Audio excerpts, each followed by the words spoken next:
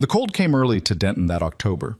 Streets turned to rivers of shadow and silver frost, and the diner on Calloway Road bled neon into the dark like an open wound. Behind it, in the alley where the garbage cans leaked rust and the asphalt never dried, a 5-year-old girl stood alone, clutching a fistful of crumpled bills, shaking so hard her teeth clicked together. The Harley engines rolled in from the highway like thunder finding its way home. Big men, scarred men, men the world had already decided were dangerous. The little girl walked straight toward them. She held out the money with both hands and whispered something that stopped every engine, every heartbeat, every breath in that alley. "Please kill my stepdad." Hey, if you've ever felt like the whole world turned its back on someone who needed it most, this story is going to wreck you in the best way possible. Stay until the very end, because what happens to this little girl and what these bikers choose to do about it, that's something you won't see coming. Hit that like button right now and drop a comment telling me what city you're watching from tonight. I see every single one. Now let's go. The October that came to Denton, Texas arrived without warning and without mercy. One night, the air still carried the last dry warmth of September, and the next morning the frost had settled into the cracks of the sidewalks like it had always lived there, like it had just been waiting for permission. The trees along Calloway Road went brittle overnight. Dead leaves scraped across the asphalt in long, whispering lines, chasing nothing, going nowhere, the sound of them like something trying to speak and failing every single time. The Lone Star Diner sat at the corner of Calloway and Route 9, the way a stubborn old man sits at the end of a bar, hunched, lit from inside, ignoring everything around it that had changed or died or moved on.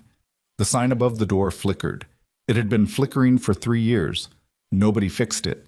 The neon buzzed and sputtered, throwing pink and yellow light onto the wet concrete and pulses, like a heartbeat that couldn't quite commit to living. Inside, the booths were cracked red vinyl, and the coffee was bad, and the pie was good, and nobody asked questions. That was the deal. You sat down, you ate, you paid, you left. The woman behind the counter, Marta, had learned a long time ago that the people who came into a diner after midnight weren't there for conversation. They were there because they had nowhere else to go that was warm. She was refilling the same coffee cup for the 3rd time that hour when she heard the engines. You always heard them before you saw them. That was the thing about the Iron Shepherd MC. They announced themselves the way weather announces itself. First a feeling in the air, a pressure change, something animal in the gut that made the small hairs stand up on the back of your neck.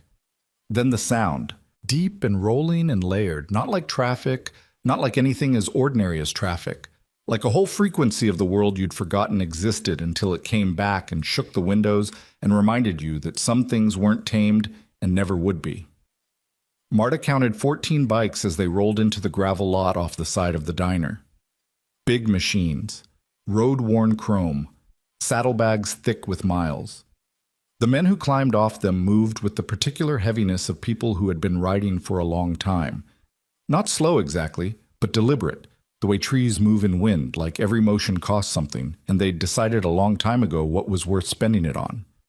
Leather cuts dark with age and patches, boots that hit the gravel hard, faces that had been cut by wind and cold and time into something that looked less like ordinary skin and more like landscape. Marta put the coffee pot down and watched them come through the door. She'd been watching the Iron Shepherds come through that door for 9 years. She knew most of them by name, or at least by the names they used here. She knew Colt Maddox by the scar that ran from his left eyebrow to the corner of his jaw, a ridge of silver-white tissue that he'd stopped explaining the origin of sometime around the year he stopped explaining anything at all. He was 41, and he looked like a man who'd been 41 for 20 years already. Not old, not young, just settled into a particular weight that other men never reached. He took the corner booth, the one with the view of both doors, the same booth he always took, and he sat with his back to the wall and his eyes on the room, and he didn't pick up a menu because he never needed one. The others spread through the diner in the casual, territorial way of men who knew they were welcome and didn't feel the need to perform gratitude for it. Razor took 2 stools at the counter. Dobie and Heck pushed 2 tables together near the window. Young Priest, who was 27 and had never been religious a day in his life, sat by the jukebox and put $1 in and chose 3 songs without looking at the list. He always chose the same three. Nobody had ever asked him why. The coffee came. The food came. The conversation was low and easy. Road talk, route talk, the particular shorthand of men who spent enough time in each other's company that they'd compressed an entire language down to half sentences and looks, and the kind of silence that meant different things depending on which two people were sitting in it. Colt drank his coffee and watched the parking lot through the window and didn't say much. That was normal. That was always Colt. What wasn't normal was the small shape he saw at the edge of the light. It was barely there, just past the reach of the diner's neon, in the alley that ran along the east side of the building between the grease trap and the chain-link fence that backed up to the auto parts store next door. A shadow among shadows. Too small to be a man. Too still to be an animal. He watched it for a full minute before it moved, and when it moved toward the bikes, and that was when he saw the coat. Pink. Child-sized. Worn thin at the elbows. He was out of the booth before he'd made a conscious decision to stand. Marta looked up from the counter. Razor turned on his stool. Nobody said anything. They'd all learned to read Colt's movement the way sailors read weather. Something in the way he left the booth said this matters, and that was enough. The cold outside hit him clean and sharp, the kind of cold that finds the places where your jacket doesn't quite close and works its way in there, patient and thorough. The frost on the gravel crunched under his boots. The neon from the sign threw everything in alternating pink and dark, like slow breathing. She was standing between two of the Harleys. 5 years old, maybe. Could have been small for 6. Brown hair that someone had braided at some point in the recent past, but that had mostly come undone. So it hung half loose around her face in the way of a child who'd been awake too long and moving too much, and nobody had tended to it since. The coat was 2 sizes too big for her, the sleeves coming down over her hands, and she was clutching something in both fists through the fabric of those sleeves. She was shaking, not crying. That was the thing that got him first. She wasn't crying. Her face was set in the way small faces set when they've decided that crying is a luxury they can't afford right now. And the combination of that decision and the fear she was still carrying behind her eyes was the most unsettling thing Colt Maddox had seen in a long time, and he had seen genuinely unsettling things. He stopped 2 feet from her and crouched down so he was at her level. He didn't reach for her. He'd learned enough about frightened things, people and animals alike, to know that the reaching was always the wrong first move. "Hey," he said. His voice came out rough the way it always did, but he'd learned to make rough land soft when he needed it. "You lost?" She looked at him with those dark eyes. She assessed him the way a very old person assesses a stranger. Not with innocence, but with a kind of suspended judgment, like she'd decided to wait and see before she committed to anything as vulnerable as fear. Then she opened her fists. The money was crumpled and small. 1s and 5s and what looked like a single 10. She'd been holding it so tightly that it had taken the shape of her hands, the paper soft and damp and worn at the folds, like it had been folded and unfolded many times. She held it out to him with both hands, the way a child presents something precious, something saved for. And she said, "Please kill my stepdad." The words were so quiet he almost didn't hear them, but he heard them. And behind him, because the other side door of the diner had opened while he was crossing the lot. Razor first, then Dobie, then 4 others. The men who heard them too, and the parking lot went the kind of quiet that has weight to it. Colt didn't move. He kept his eyes on her face. "What's your name?" he said. "Emily." "Emily." He said it back flat, not a question, just making sure she heard that he'd caught it. "How old are you?" 5 3/4. Behind him, he heard Dobie make a sound low in his chest. Not a laugh. Something else.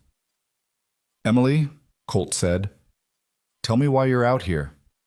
And she did. She told him in the halting, concrete, specific way that small children tell things, without understanding the architecture of the story she was inside, just reporting what she'd seen and heard and felt in the order she'd experienced it. Her stepfather's name was Grant. He shouted a lot at night, after he thought she was asleep. She heard him through the wall. He made her mother cry. Last week, her mother had a bruise on her wrist and said she'd bumped it on the cabinet door, but Emily had seen the cabinet door and she didn't think that was true. She'd been saving the money for a long time. She'd found most of it in places: $1 in the parking lot of the grocery store, $3 she'd been given for her birthday by a neighbor. The rest she'd taken small amounts at a time from the jar on the kitchen counter where her mom kept change for laundry, taking so little each time that nobody noticed. She'd heard from a boy at school that bikers were dangerous men. She'd figured dangerous men might be the only ones who could help. Colt looked at the money in her hands for a long moment. Then he looked at her face. "Put your money away," he said. Something flickered in her expression. Fear, maybe, that she'd miscalculated. "I have more," she said. "At home. In my room." "I know," he said. "Put it away anyway." He stood up. He was very tall from where she was standing. She could tell that she'd had to tip her head back to look at his face, and the scar caught the neon light, and for a second he looked like something out of a story. Not the good kind. Not yet. "Do you have somewhere warm to sleep tonight?" he said. She nodded. "My house." "Where's your house?" She told him the address. Colt knew the street. Everyone in Denton knew Mercer Lane. It was 3 blocks off the industrial corridor, a row of small houses that had been optimistic once and then stopped being optimistic sometime around when the paper mill closed. People survived on Mercer Lane. They didn't thrive. "Okay," he said. "Here's what's going to happen. You're going to go back inside that diner right now, and the woman at the counter is going to give you some hot chocolate, and you're going to drink it, and then one of my men is going to walk you home. You understand?" Emily looked at him for a long moment. "But what about my stepdad?" "We'll talk about that later." "You promise?" And here was the thing about Colt Maddox. He didn't make promises lightly. He'd spent a long time learning the specific damage that broken promises left in people, particularly in small people, and he had a rule about it. But she was standing there in her thin pink coat with her saved-up crumpled money and her very careful face, and she was 5 years old and 3/4, and she had come out alone in the dark and the cold to find someone dangerous enough to help her. "Yeah," he said. "I promise." He held the door open for her, and she walked into the warmth of the diner, and Marta, who had been watching through the window, had the hot chocolate ready before Emily reached the counter. Colt stood at the door and watched her climb onto a stool and wrap both hands around the mug, and he thought about the bruise on her mother's wrist, and the shouting through the walls at night, and the envelopes of money-changing hands in dark parking lots. He didn't know about that last part yet, but he would, because there was something in the story Emily had told him that didn't add up, some seam in it that hadn't been sewn right, and Colt Maddox had spent too many years looking at the undersides of things to let an uneven seam alone. He went back to his booth. The men settled back around him. Razor put his elbows on the counter and looked at the surface of his coffee. Dobie pulled at the label on his water bottle and didn't say anything for a long time. It was Heck who finally spoke, which was unusual because Heck was a man of spectacular silences. He was 54 and had been writing for 30 years and had the kind of face that had been used hard and then put away, all deep lines and a jaw like old wood. He'd done 2 tours in a country that had left marks on him that you couldn't see from the outside, but that everyone who'd spent time with him had eventually learned to navigate around, the way you learn to navigate around a piece of furniture in a dark room. "That kid came out alone," Heck said. "At night, in this cold." Nobody responded to that. It wasn't a question. "She saved up money," Heck said. "To pay someone." Still nothing. "How long you think she's been planning that?" he said. That one sat on the table between them for a minute. "Long enough," Colt said. Desab. Young priest walked Emily home. He was the youngest of the Iron Shepherds, young enough that he'd grown up watching men like Colt, the way boys watch things that seem impossible, and then spend their whole lives trying to become. He had a narrow face and quick dark eyes, and a habit of rolling his sleeves up past his forearms in any weather, cold or not, because he'd been told once by a woman he respected that you could tell everything about a man by his hands, and he'd taken that to mean you should never hide yours. He walked on Emily's left, between her and the road, and he kept his pace short so she didn't have to work to keep up, and he didn't talk much. She talked enough for both of them. She told him about her teacher, Mrs. Aldridge, who had red hair and always smelled like peppermint, and let Emily sit in the back of the classroom when things got hard and didn't make a production of it. She told him about the duck family she had found living by the drainage pond at the edge of the park in August. 3 adults and 7 ducklings, and she had checked on them every day until October when they were gone.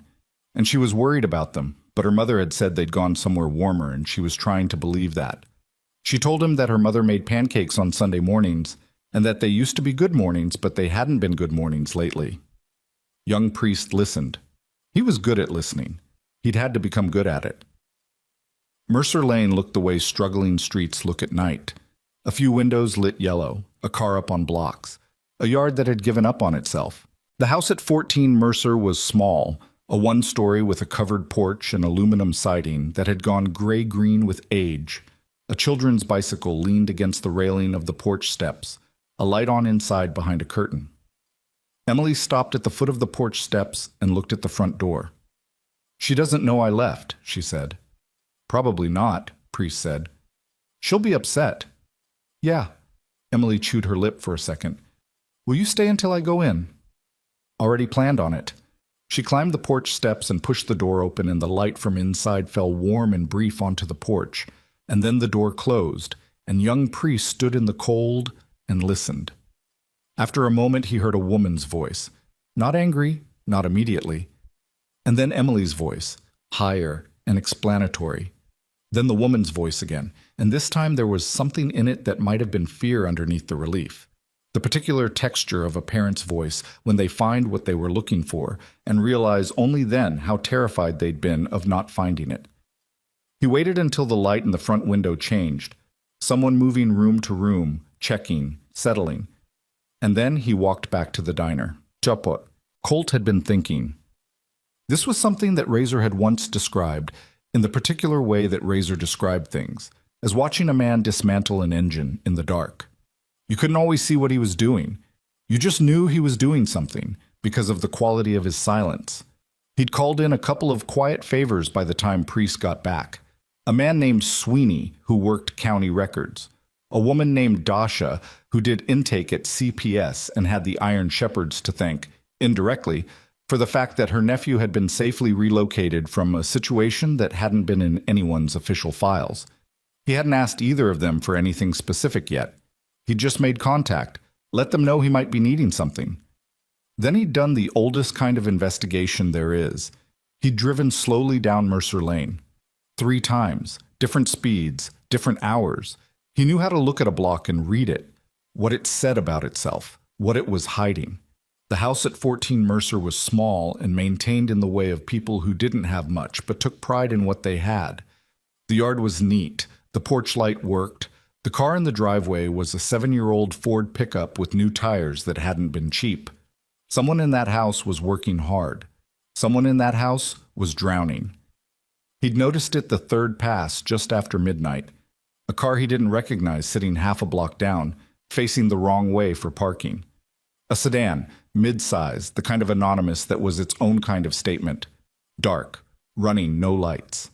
He'd caught the orange coal of a cigarette from the driver's side window, and then it was gone. And then the sedan was gone, slipping up around the corner with its headlights still off. Colt had parked and sat and thought about that for a while. Then he'd gone back to the diner. The Iron Shepherds didn't leave that night. They took over 2 of the back booths and drank coffee and ate bad pie and talked in the quiet, compressed way of men sitting with a problem that hadn't taken a full shape yet. Marta kept the coffee coming and didn't ask. That was the deal. It was Razor who said it out loud first. Razor was 45 and had been Colt's road brother for 16 years, and he had the gift, if gift was the right word, of saying the thing everyone else was thinking but hadn't quite assembled into language yet. "Kid saves up money for months," Razor said, "to hire someone to kill a man. You know what that means?" Colt looked at him. "It means she's been living with this for months," Razor said. "Whatever this is. Long enough to come up with a plan. Long enough to execute it. That's not a 5-year-old who had a bad day." "No," Colt said. "It's not." "So what's the play?" "We watch," Colt said. "We listen. We don't touch anything until we know what we're actually looking at." Razor nodded. He'd expected that answer. It was the right answer. He just wanted to hear Colt say it out loud, because when Colt said something out loud, it meant he was committed to it. and when Colt was committed to something, it tended to happen. The next morning, Colt woke up at 5, the way he always woke up. No alarm, just his body's refusal to cooperate with sleep past a certain hour, a habit worn into him by years of early mornings in circumstances that rewarded waking up first. He made coffee in the kitchen of the Iron Shepherd's chapter house, a converted machine shop on the south end of Denton that smelled permanently of motor oil and old wood and a faint ghost of cigarette smoke that lived in the walls, no matter how many times they'd painted over it. He had a file on the table by the time Heck appeared at 7. Not much in it yet. Grant Mercer, age 36. Texas driver's license. A construction company job history, steady for 8 years. More recently, and this was where Sweeney had been useful, 2 night jobs. Warehouse work, 3 nights a week. A second warehouse, Tuesdays and Fridays. The man was working 6 days out of 7, sometimes double shifts, and the math on his paychecks, at least what Sweeney could piece together, should have left him comfortable enough. Not wealthy, not easy, but stable. So where was the money going? Heck sat across from him and read the file without comment. "This man," Heck said finally, "is killing himself working." "Yeah. And still broke." "Still broke?" Colt said. Heck turned a page. "Wife?" "Sarah Mercer, née Colton. 2 jobs. Part-time at a dental office, evenings at a dry cleaner's. Together they're pulling decent hours for this neighborhood. Should be enough." Heck set the page down. "Medical debt? Gambling?" Sweeney's checking. Colt wrapped both hands around his coffee. "There's something else." He told Heck about the sedan on Mercer Lane. The headlights off. The cigarette. Heck's face didn't change. It rarely did. But his eyes changed, a specific sharpening that people who didn't know him well might miss. "How many times?" "Just the once that I saw." "Might be nothing." "Might be." Neither of them believed that. Said. The shape of it came clearer over the next 5 days. Colt and Priest took turns on Mercer Lane. They were careful about it. No pattern, no obvious stakeout, just men who happened to be in the neighborhood at different hours. Denton was small enough that strangers attracted attention, but large enough that they could blend if they didn't repeat themselves. They learned the rhythms of the block. Who left for work when? Whose dog barked at what? What time the lights went out at 14 Mercer? Grant Mercer left for his first job at 6:15 every morning. He came back by 4, stayed long enough to change his clothes, and drink what looked like the fastest coffee a man could pour, and left again by 5. He didn't come home until after 11 on the nights he worked the warehouse. On the nights he didn't, he was home by 8, but the lights in the house stayed on until 1 or 2 in the morning, and once, on a Wednesday, the night Priest was watching, Grant came out onto the porch at midnight and stood in the cold for 20 minutes with his elbows on the railing, just standing there, looking at the street. Priest had called Colt to report it. "How'd he look?" Colt said. Priest thought about that for a second. "Like a man holding something up," he said. "Something real heavy, and tired of holding it." The sedan came back on Thursday. This time Colt was there himself, parked 3 blocks back with the engine off and a thermos of terrible coffee, and he watched it sit in the same spot for 45 minutes. Then Grant Mercer came out of his house at 11:47, just home from the second warehouse, still in his work jacket, and walked down to the end of the block and got into the passenger seat of the sedan. He was in there for 12 minutes. When he got out, he was carrying an envelope. No, he was handing one over. Colt caught the motion in the orange glow of the streetlight. Grant reaching into his jacket, producing something flat and thick, passing it through the passenger window. And then the sedan moved, and Grant stood alone on the sidewalk in the cold for a long moment before he turned and walked back to his house with his hands in his pockets and his head down. Colt sat very still. He ran the sedan's plates through a favor he hadn't called in yet. A highway patrol contact named Gutierrez, who owed him a quiet one from 3 years back. It took until Friday afternoon. The car was registered to a Derek Allen Vaughn, Amarillo address, 2 years old, prior in Palo Pinto County, 6 years ago, for fraud. Another one before that, dismissed, for check kiting. The sheet read like a map of a man who'd learned to take from people carefully and move before they noticed. Colt read the name twice. He pulled the Mercer file again, found what he hadn't looked at closely before, Emily's birth record, which Sweeney had included as a matter of course. Emily Jean Hart. Mother, Sarah Hart, now Mercer. Father listed, Derek Allen Vaughn. Colt set the paper down on the table. He'd thought he knew what he was walking into. He'd thought this was a domestic situation. A frightened child. A violent man. A mother who needed help and hadn't found it. He'd been prepared for that. He'd navigated that kind of situation before, carefully, with the knowledge that families were complicated and the official systems for helping them were worse, and that sometimes the only thing standing between a bad outcome and a worse one was a group of men willing to do the quiet work the system had decided wasn't worth doing. But this wasn't what he'd thought. Emily Hart had watched her mother develop a bruise on her wrist and heard shouting through the walls at night, and concluded, in the direct and rational way of a 5-year-old who was also clearly not stupid, that her stepfather was hurting her mother. And she had done something about it, in the only way she could figure out how. She had come looking for someone dangerous enough to fix it. Except the man she wanted gone wasn't the threat. The threat was already gone.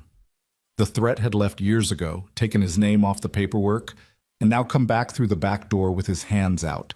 And the shouting through the walls, and the exhaustion, and the double shifts, and the envelope-changing hands on a dark corner. Grant Mercer wasn't a man terrorizing his family. He was a man bleeding out trying to protect them. Colt called Razor. "Find out everything you can about Derek Vaughn," he said. "I need to know what he's holding." Tet-tet.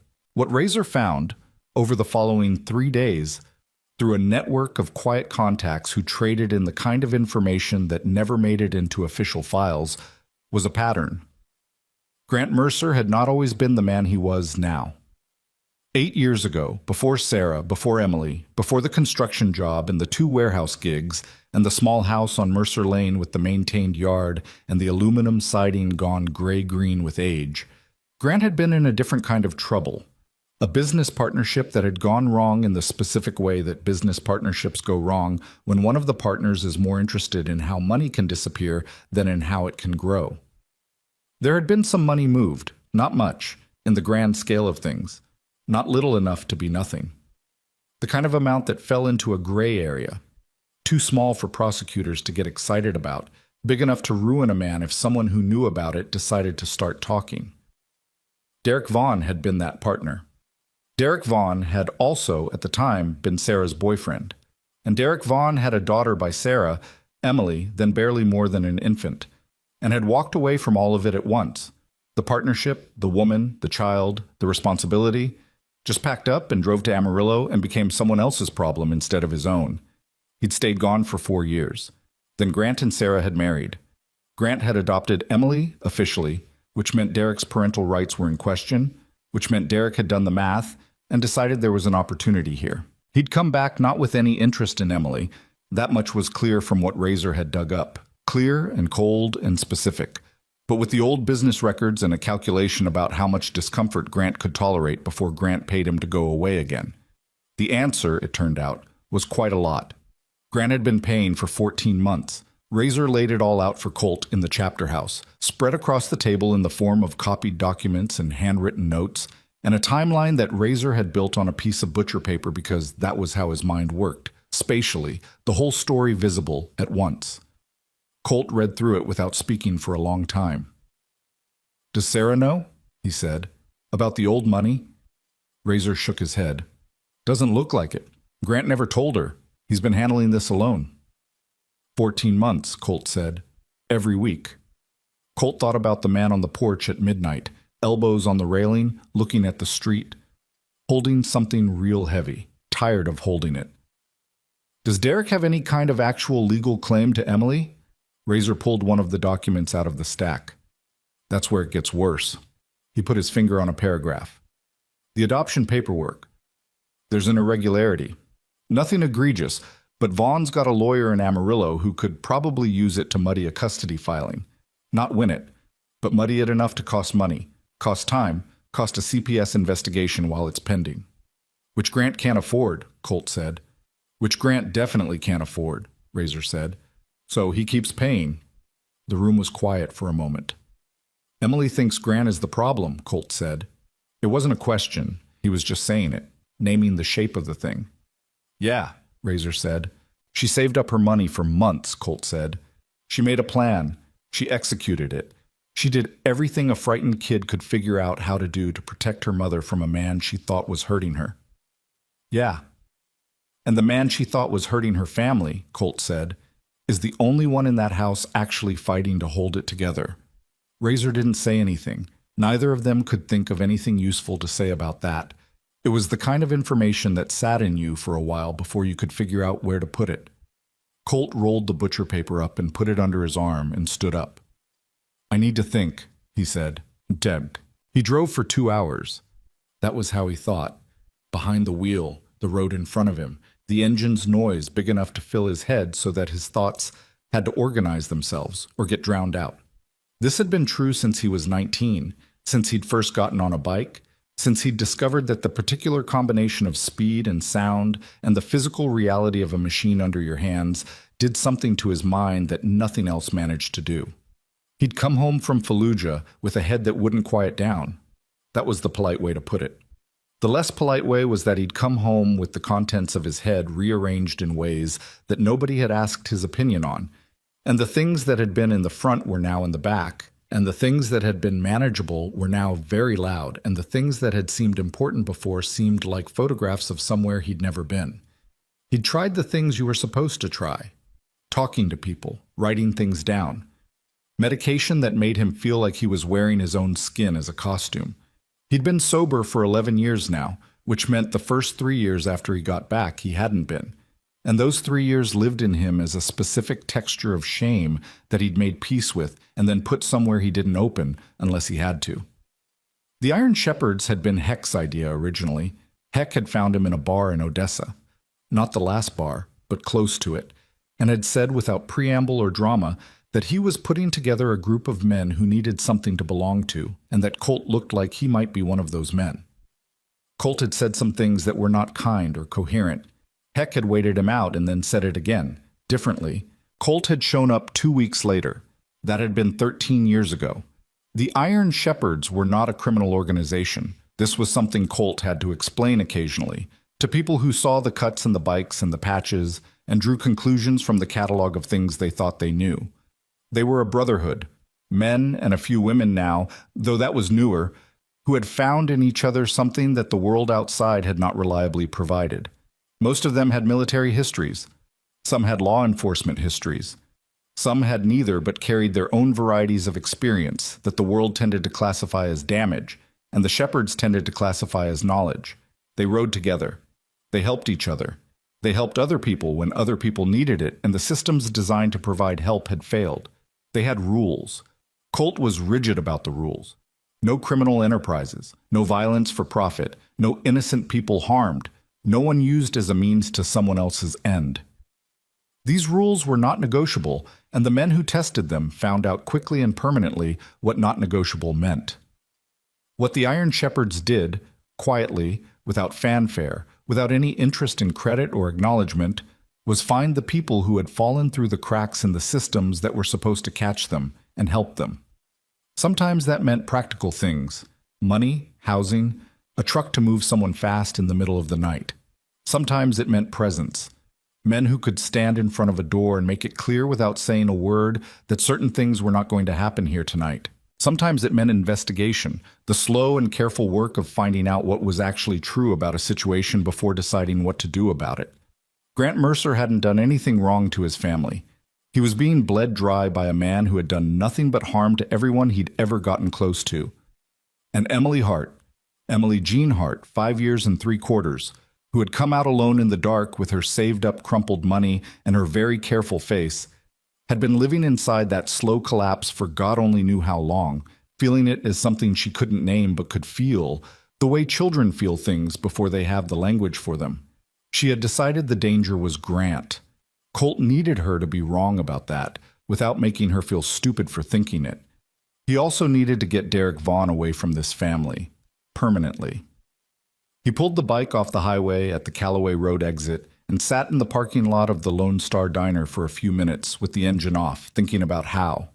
Vaughn had leverage, the business records, whatever paper trail he had from 8 years ago, whatever a lawyer in Amarillo could do with the adoption paperwork. As long as that leverage existed, Grant couldn't stop paying. And as long as Grant couldn't stop paying, this family was going to keep drowning. But leverage was information, and information, Colt had learned, was rarely the private property of the person who thought they owned it. He got off the bike and went inside and ordered coffee and pie and thought about Derek Vaughn. Fraud in Palo Pinto. Check kiting before that, dismissed. A man who had been doing this for a while, not to Grant specifically, but as a pattern. A man who found weak points in people's lives and pushed on them. A man who probably had not done this just once.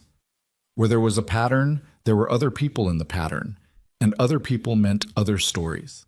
And other stories meant the possibility that Derek Vaughn's leverage over Grant Mercer was not the only leverage he'd tried to use, which meant somewhere, in the wrecked geography of the choices Derek Vaughn had made, there were people who knew things about him. People who might have their own records, their own evidence, their own reasons to want Derek Vaughn's system taken apart. Colt finished his coffee. He left a 20 on the table, the way he always did, because Marta had been keeping the corner booth warm for 14 Iron Shepherds for 9 years, and some things deserved to be paid for fairly. He pulled his phone out and called Heck. "I need you to find out how many people Derek Vaughn has done this to before," he said. "Not just here. Go back as far as you can." "What are we building?" Heck said. Colt looked out the window at Mercer Lane, 3 blocks east and 1 block south, where a small girl had her bicycle leaned against the porch railing, and a man was working himself to death trying to hold a family together that didn't even know it was under attack. "We're building a case," Colt said. "Clean, legal, airtight." A pause on the other end. "That takes time," Heck said. "Yeah," Colt said. "It does. How much time you think we got?" And here was where the cold thing settled into Colt's chest. Because Vaughn had been patient for 14 months. But patience wasn't infinite, and a man like Vaughn didn't stay with a strategy that was working if he started to think the strategy was in danger. If Vaughn noticed the Iron Shepherds, if he felt watched, if he decided he'd squeeze this particular situation as far as it would go and escalated his other option, the legal one, the custody filing, the CPS involvement, "Not much," Colt said. "Move fast." He hung up and sat with the last of his coffee and the feeling that something had already been set in motion, something that had started not with him and not with the Iron Shepherds, but with a 5-year-old girl in a pink coat standing between 2 Harleys in the dark, who had decided that the way to protect the people she loved was to find the most dangerous men she could and ask for help. She'd been right about finding dangerous men. She'd been wrong about what the danger was for. He was still sitting there, turning that over in his mind, when his phone buzzed with a text from Razor. 3 words. Vaughn just moved. Colt was out the door before he'd finished reading. Colt was still moving when he hit the parking lot, his boots loud on the gravel, his hand already going to his jacket pocket for his keys before he'd made any conscious decision about where he was going. The cold hit him flat in the face, the kind of cold that has teeth, that bites into the exposed skin above the collar and finds the gap between the gloves and the cuff and works into that 1/4 inch of wrist like it has a personal grievance. He called Razor back while he was getting on the bike. "Talk to me," he said. "Vaughn's lawyer filed something this afternoon," Razor said. There was noise behind him. The chapter house, other voices, the particular background static of men who'd just heard something and were deciding what it meant. "Not a full custody petition. Not yet. It's a welfare inquiry. He filed a complaint with CPS through his attorney. Anonymous on paper, but Dasha traced the origin." Colt sat on the bike without starting it. "What kind of complaint?" "Neglect. Claims the child is being left alone. Claims there are signs of domestic instability." A pause.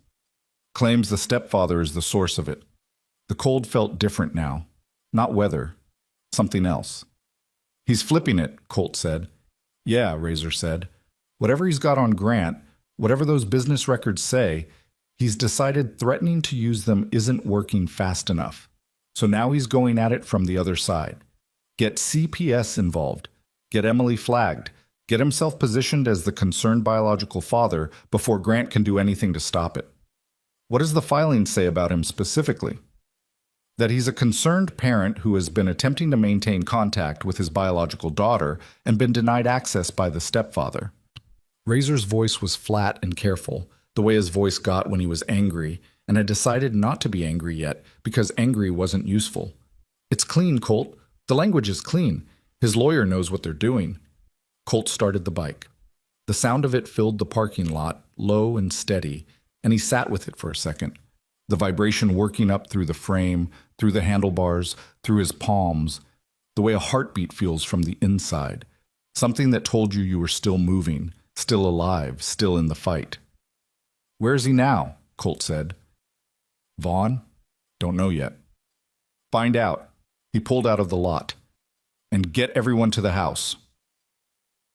The chapter house was lit up when he got there. All of it.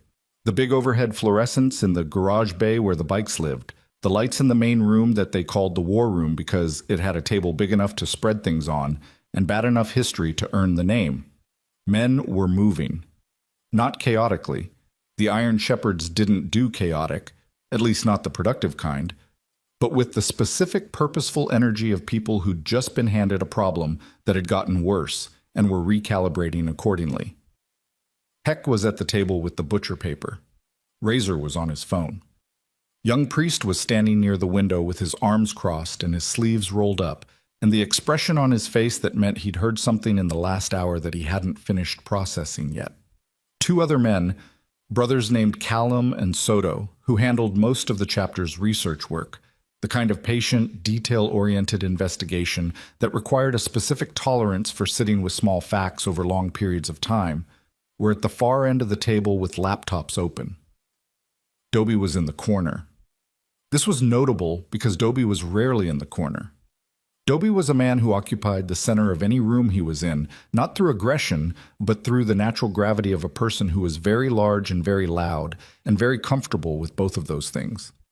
He was 47 and had been riding with the chapter since Colt had pulled him out of a bar fight in Fort Worth that had not been Dobie's fault, but had certainly been Dobie's enthusiasm. He had a laugh you could hear from a parking lot and hands the size of work gloves and a daughter in Austin whom he drove 4 hours every other weekend to see and never talked about doing it because Dobie didn't talk about the things that mattered most to him. He was in the corner because he was trying not to say something that he'd decided, for now, he shouldn't say yet. Colt read all of this in the time it took him to cross the room to the table. "What do we have?" he said. Callum turned the laptop. "Vaughn has a motel room at the Budget Inn on Route 12. Been there 4 days, paid cash." He pulled up something else on the screen. "His lawyer is a guy named Fitch out of Amarillo. White collar, mostly. Does a lot of family court work on the side. Not a heavyweight, but he knows the paperwork." "CPS intake for the complaint?" Colt said. "Filed at 2:17 this afternoon," Soto said. Dasha confirmed it came through Fitch's office. Standard intake protocol means a home visit within 72 hours. 72 hours, Heck said. "Not a question, just naming the clock." 72 hours, Colt said. "Okay." He looked at the table. "Where are we on the other victims?" "The pattern from before." "Working it," Callum said. "Vaughn's fraud charge in Palo Pinto County. We've got the victim's name from the public record. A man named Terrence Ogle ran a small landscaping company. Vaughn was a silent partner for about 14 months, skimmed from the operating account, left when Ogle started asking questions. Ogle tried to press charges, case got dismissed on a technicality." He paused. "Ogle's still in Palo Pinto. Soto called him this afternoon." Everyone looked at Soto. Soto was quiet by nature, economical with words in the way of a man who had learned early that the words you spent came out of a finite account, and you should watch what you spent them on. He was 38, ex-Army, had a face that had been rearranged at least once in circumstances he didn't discuss, and had been with the chapter for 6 years. He was the best investigator they had, which Colt told him perhaps once a year, because Soto didn't need to hear it more than that, and Colt didn't need to say it. "Ogle will talk," Soto said. "He's been waiting for someone to ask. He's got records, physical records, actual paper, receipts, bank statements, documentation from when the partnership dissolved. He kept everything. A beat. He kept everything because he always figured Vaughn would come back at him someday. Different angle. He wanted to be ready. The room was quiet for a moment. He's not the only one, Soto continued. Fitch, Vaughn's lawyer, has handled 2 other family court cases in the last 4 years. Different counties. Both involved a non-custodial parent filing for welfare inquiries that later turned out to be related to private financial disputes. He put a piece of paper on the table. I don't have all the names yet, but this is a playbook. Vaughn's done this before and Fitch knows exactly what it is. Dobie made a sound from the corner. Everyone heard it. Colt looked at him. Say it, Colt said. Dobie pushed off the wall and came to the table. He was big enough that the room felt different when he was in the middle of it. The air redistributed somehow, everything else slightly smaller. He put his hands on the table and looked at Colt, and his face was not the face he usually wore. The easy, expansive, open face that was Dobie's default mode of existence. But something underneath that, something older and less managed. This man, Dobie said, is using a 5-year-old kid as collateral. Yeah, Colt said. He doesn't want Emily, Dobie said. He's using the threat of wanting her to bleed her mother's husband dry. That's right. And now he's escalating. Dobie's jaw was tight. CPS comes to that house. They're going to talk to Emily. They're going to ask her questions. She's 5 years old, and she's already scared and confused, and she already thinks the man trying to protect her is the one hurting her. He stopped. You know what that does to a kid. The room knew why Dobie was saying this. Not everyone in the room knew the specifics. Dobie didn't broadcast the specifics. But they knew the general shape of the reason, the way you know the general shape of something in the dark, and they gave it the appropriate space. I know, Colt said. So what are we doing? Dobie said. Because watching this from a distance and building a case file while that man gets to walk around and do this, he stopped himself. The jaw again. I'm telling you what I want to do. I know what you want to do, Colt said, and I'm telling you it's not what we're going to do. Colt, it's not what we're going to do. His voice didn't change. It didn't need to. That's not how this ends for Emily. That's not how this ends for any of them. Dobie held the eye contact for a long moment. In 13 years, Dobie had tested Colt's line exactly 4 times. And in each of those 4 times, Dobie had ultimately gotten to the same place, which was behind Colt rather than in front of him. And each time it had been the right choice. Dobie knew this. He didn't always like it, but he knew it. He pulled back from the table and went and sat in a chair by the far wall and stared at the ceiling. Nobody said anything about it. That was how it worked. 72 hours, Colt said again. Here's what we need. Soto, get to Terrence Ogle in person. Drive there tonight if you have to. We need those physical records. We need them copied and organized and cross-referenced with what we have on the Mercer situation. He looked at Callum. The other 2 cases from Fitch's history, find me names. Even one more victim who'll talk will help. Razor, keep Dasha warm on the CPS end. I want to know the moment a home visit is scheduled, who's assigned to it, everything we can know before they knock on that door. And Grant? Hex said. The question sat on the table like a weight. Grant doesn't know we exist, Colt said. He doesn't know what Vaughn just did with CPS. He's going to find out, Hex said. If Fitch is running this the way Soto described, there might be a notification to the household. When will that hit? Tomorrow, Soto said. Maybe the day after. Colt looked at the butcher paper timeline on the table. He looked at the name written in Razor's handwriting near the top. Emily Jean Hart. Not Mercer. Hart. She'd kept her name, or it had stayed on the paperwork, and he thought about that for a moment, what it meant to be 5 years old and have a name that didn't match either parent in the house, to be the intersection of 2 separate stories that had collided, and then one of the people in that collision had simply left. I need to talk to Sarah Mercer, he said. The room went very still. Before the notification hits, he said. Before she has time to panic and do something that makes this worse. He looked around the table. She doesn't know us. Her husband is hiding a financial crisis from her to protect her, and she doesn't know that either. I have to walk up to this woman and introduce myself as, what? A biker who her daughter tried to hire to kill her husband. When you put it that way, Razor said, it sounds bad. It sounds exactly like what it is, Colt said, which is why it has to be me, not any of you, and it has to be done right. He went alone the next morning. He thought about it for most of the night first, lying on the cot in the back room of the chapter house because he'd stopped going to his actual apartment on the bad weeks. And this was shaping up to be a bad week, looking at the water stain on the ceiling that had been there since a roof leak 3 winters ago and that he'd never gotten around to having properly fixed. He thought about Sarah Mercer and what she knew versus what she thought she knew versus what the truth actually was, and how much of that gap he was going to have to bridge in a single conversation with a woman who had every reason in the world to close the door in his face. At 5 in the morning, he made coffee and sat with it and wrote things down in the small notebook he kept in his jacket pocket. Not a full script. He didn't work that way, and besides, conversations never went where you planned them, but the essential things he needed her to understand, in the order she needed to understand them. Emily is safe. Emily was not in danger when we found her, but she was frightened and she'd been carrying something too heavy for a long time. Your husband is not the problem. The problem has a name, and we know the name. You don't have much time. He left at 7:15. Mercer Lane was quiet at that hour, the kind of quiet that school day mornings have in working-class neighborhoods, the particular absence of sound that comes after the cars have left for the early shift and before the kids need to leave for the bus.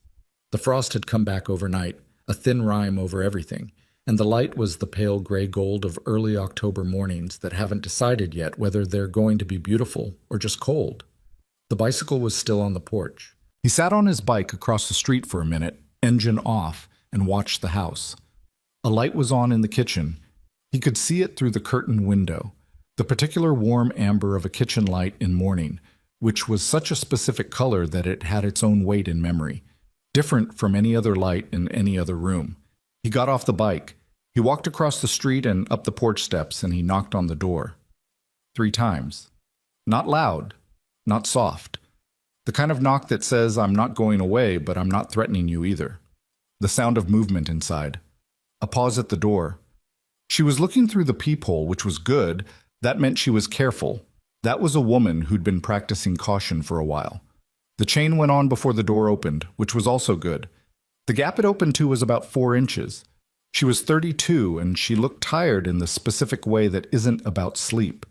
Brown hair pulled back, not quite finished yet, like she'd started doing it, and then heard the knock and come to the door instead. Dark eyes. Emily had her eyes, and a face that had good bones and had been pretty and was still pretty underneath the exhaustion, but was working too hard at holding something neutral right now. The wrist that held the door had a fading yellow-green bruise. Mrs. Mercer, Colt said. My name is Colt Maddox. I'm not here to scare you. I need 5 minutes of your time, and then you can decide what to do with what I tell you. She looked at him through the gap, at the scar, at the leather, at the patch on his jacket. Her eyes did the calculation people's eyes always did, running him through every template they had, trying to find the closest match. You're one of those bikers, she said. Yes, ma'am. Why are you at my door at 7 in the morning? Because of Emily, he said. The quality of her stillness changed. Something behind her eyes went from guarded to something sharper, something more animal. The chain came off. The door opened. She made coffee because she needed something to do with her hands while he talked, and he understood that, so he sat at the small kitchen table and accepted the cup she poured him, even though he had already had 2 that morning, and watched her stand at the counter with her own cup and her arms crossed and her face very still. He told her. He told her about Emily in the alley. He told her what Emily had asked for, and he told her without flinching, because Sarah needed to know the exact weight of what her daughter had been carrying, and softening it would only make it easier for Sarah to not fully grasp what that weight had been. He watched her face go through several things in the space of about 30 seconds. Shock, then something that might have been horror, then something that was definitely pain, then the tight-eyed effort of a woman deciding she was going to keep it together right now because she needed to be functional for what came next. She didn't say anything for a long time. She thought Grant was hurting me, Sarah said finally. Yes. The wrist, Sarah said almost to herself. She touched it without seeming to know she was doing it. I bumped it on the cabinet. I actually did bump it on the cabinet. I didn't know she saw. Kids see, Colt said. Yeah. Her voice had gone very quiet. Yeah, they do. He gave her a moment with that. Then he kept going. He told her about the surveillance, the sedan, the envelopes. He told her Derek Vaughn's name, and he watched the color leave her face in a single clean movement, like something being drained. Derek, she said, you know he came back. She stopped. She set her coffee cup down on the counter with the particular careful precision of someone who is not quite trusting their own hands. Grant never told me. He never told me any of this. No, Colt said. He didn't. For how long? She said. How long has Grant been? 14 months. The sound she made was not quite a word. It was the sound of something landing, something that had been in the air for a long time and had finally hit the ground, and the impact of it was in her whole body, shoulders, chest, the line of her jaw. He's been protecting you, Colt said. Both of you. He thought if he kept paying, Derek would go away again and you'd never have to know, and Emily would never have to know, and he was going to work himself to death, she said. Yes, Colt said. That was the direction it was going. She stood at the counter for a minute. Outside, somewhere on the street, a car started and pulled away. The refrigerator made the sound refrigerators make. The kitchen light hummed its amber hum. You said there's a clock, she said. You said I don't have much time. Derek filed a welfare complaint with CPS yesterday, through his lawyer. You'll get a notification probably today or tomorrow. A home visit within 72 hours. She closed her eyes for exactly 3 seconds. Then she opened them. He's going after Emily. He's using the threat of going after Emily to maintain leverage over Grant, Colt said. He's not interested in Emily. He's interested in money, but the mechanism he's using is Emily, and that means she's in the middle of this whether Derek cares about her or not. What does that mean for the visit? Sarah said. If CPS comes here, they're going to talk to Emily, Colt said. They'll have to. And Emily is confused, Sarah said. She's confused about Grant. She stopped. She pressed one hand flat against the countertop, fingers splayed like she was steadying herself against the surface. She thinks he's the problem. She's been thinking that.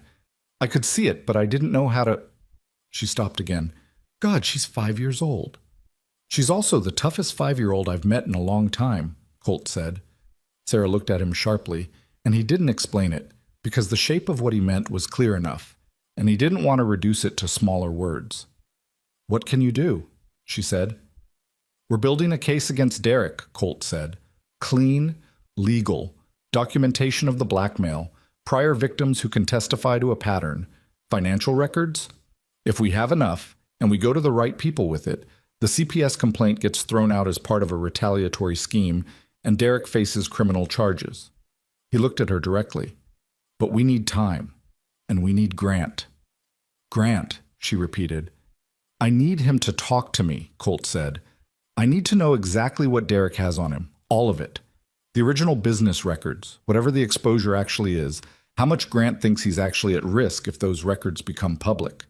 Because right now Grant is making decisions based on a threat he's never had anyone else evaluate. And the threat might be bigger than we think, or it might be smaller, but we can't know until we know what we're actually dealing with. Sarah was quiet. That means Grant is going to have to tell you things, Colt said. Things he's been keeping from you. I know, she said. That might be hard. I know that too, she said. Her voice was very level. But I've been living in a house full of things nobody's been saying, and I am. I'm done with that. Whatever it is. Whatever he did. We can deal with things that are actually real. What we can't... She stopped. Her throat moved. What we can't deal with is shadows. Colt thought about that for a moment. About shadows. About the specific damage that not knowing does to people. The way it fills space in the mind with shapes that are always worse than the actual thing, because the actual thing has borders, and the imagination doesn't. There's one more thing, he said. She waited. Emily came to us, Colt said. She made a choice to ask for help. I think before any of this moves forward, she needs to understand why she doesn't need to be afraid of Grant. He paused. But that has to come from you, From you and Grant, not from me. I can give you the facts, but the conversation Emily needs to have, that belongs to her parents. Sarah's eyes went wet at the edges. She didn't cry. She held it by what looked like sheer practiced will, and after a moment it passed. Okay, she said. Okay. When do you need to talk to Grant? Today, Colt said. If possible. Grant Mercer came home from his first job at 4 in the afternoon, the same as every day, and found his wife sitting at the kitchen table with a man he didn't know, and the quality of the silence in that kitchen hit him before he'd even closed the door behind him. The quality that said, something has shifted, something has been said. The room is different than when you left it this morning. He stopped in the doorway. Work jacket, boots still on. Face gray with the specific grayness of a man who hasn't had enough sleep in 14 months and is running on will and caffeine and whatever it is that drives a man to keep doing something unsustainable because the alternative is losing what he's worked to protect. He looked at Colt. He looked at his wife. He looked at Colt again. Grant, Sarah said. Her voice was steady, deliberately steady. Sit down. He didn't sit down. Who is this? Someone who knows about Derek, she said. The room changed again. Grant's face changed. In a second, comprehensively, the controlled mask that you build over a long, hard secret cracking in a way that can't be put back together. The way ice cracks, not at one point, but all at once, the whole surface. He sat down. He talked for a long time. Colt had seen it before. The release that happens when someone who has been holding something alone finally has permission to put it down. It didn't always look like relief. Sometimes it looked like collapse. Grant's version was the kind of talking that starts careful and organized and then gets less organized as it goes. Because the careful organization was always a function of the containment, and once the containment goes, the story comes out in the order it was experienced, not the order that makes sense from the outside. The business. A small equipment supply partnership 8 years ago, before he'd met Sarah. Derek had come in with capital and enthusiasm, and what Grant had taken for genuine investment in making something work. The money that moved, Grant had known it was irregular. He'd known it wasn't clean. He'd told himself a version of a story about it that let him keep going, the way people tell themselves versions of stories when they need to keep going. Not a huge amount. $46,000 over 8 months moved through their shared account in ways that would look, on paper, like Grant had authorized money that had ultimately come from somewhere it shouldn't have. Was it illegal? Colt asked. Grant's jaw worked for a moment. I don't know. I've never been able to afford a lawyer who could actually tell me. Derek said it was. His lawyer wrote a letter. He looked at his hands. I believed it. What does the letter actually say? That if I didn't cooperate, didn't make regular payments, the records would be turned over to the DA. Do you still have the letter? Grant looked at him. In a box. In the garage. Get it, Colt said. Sarah brought it. Colt read it twice. His face didn't change, but something settled in him, a piece of information falling into place with the particular click of something that matters. This letter, he said carefully, references the records but doesn't specify what law was broken or what the exposure is. That's because it's not a legal document, Razor said from the doorway.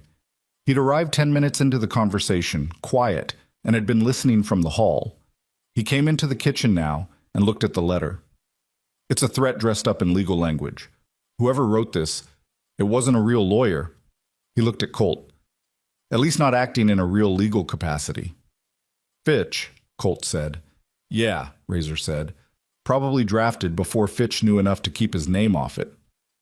Grant was looking at them both with the expression of a man who has been carrying something for 14 months and is only now beginning to understand the shape of what he's actually been carrying. Not smaller than he thought, maybe. Not larger. Just different. A thing with specific dimensions that could be looked at directly rather than a formless terror that lived in the dark where he kept it. The 46,000, Colt said. Do you have any records from that period? Bank statements, communications, the original partnership paperwork? Grant stopped. I think, In the same box. Get all of it, Colt said. Everything. They worked through the evening. Callum and Soto drove up from the chapter house with 2 laptops and joined the kitchen table, which was now covered in paper, and the kitchen had become the kind of space that kitchens become in crises. Coffee-stained, overhead lit, urgent, intimate, in the way that shared purpose makes spaces intimate. Sarah stayed. She moved around the edges of it, refilling cups and asking precise questions at the right moments. And Colt noted, not for the first time, that she was sharper than the situation had had any reason to let her be, considering how long she'd been kept in the dark by the person she was supposed to share it with. Emily came home from a neighbor's house at 6. A girl named Mrs. Puentes, who lived 2 doors down, had been watching her after school on the days when Sarah had to go directly from the dental office to the dry cleaners. She came through the front door in her pink coat and her backpack and stopped in the kitchen doorway and looked at the room full of strangers. Her eyes found Colt. She looked at him for a long moment. "You came," she said. "I said I would," he said. She considered this with the gravity that children give to information that they're still deciding whether to trust.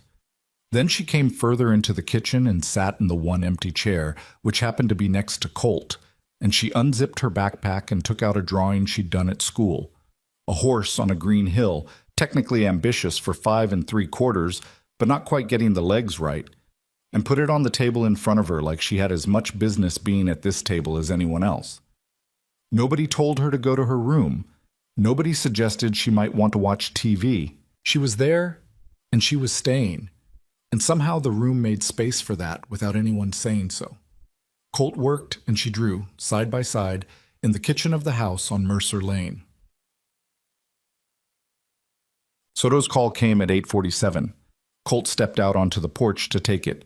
The cold had deepened since morning, a proper hard cold now, the kind that made his breath a short, sharp cloud and turned the frost on the porch railing into something that crunched when he put his hand on it. "Ogle will testify," Soto said. He was driving. Colt could hear the road noise, the rhythm of highway asphalt. He's got everything. Copies of the original partnership agreement, bank records for the 16 months Vaughn was involved in his business. 3 letters, actual letters, paper, signed, in which Vaughn explicitly threatened to file complaints with the Texas Secretary of State's office if Ogle didn't make ongoing payments. "That's extortion," Colt said. "That's what Ogle's attorney said at the time," Soto said. "The case got dismissed because the evidence was handled wrong. Chain of custody issues. The Palo Pinto DA's office wasn't exactly motivated." A pause. "But the evidence still exists, and a pattern between 2 victims, properly documented, with a third in the form of Grant Mercer. That's not a dismissed case anymore," Colt said. "No," Soto said. "That's a pattern offense. That's a DA somewhere deciding this is worth their time." "How fast can you be back?" "Tonight," Soto said. "Late." "Drive safe," Colt said. He stood on the porch for a minute after he hung up, the cold working into him, looking out at Mercer Lane in the dark. The streetlight at the corner had the particular orange sodium glow of streetlights that were old when the street was built and hadn't been replaced since. It threw the frost on the sidewalk into something almost beautiful, each crystal catching the light, the whole surface of the world glittering with something that would be gone by morning. He heard the door behind him. Grant came out and stood next to him at the railing, close enough to talk quietly. He'd changed out of his work jacket into a flannel shirt that was soft with washing, and he looked, without the jacket, significantly smaller, the way men look without their working clothes. Less fortified, more like the person underneath the person they are in the world. He didn't say anything at first, just stood there.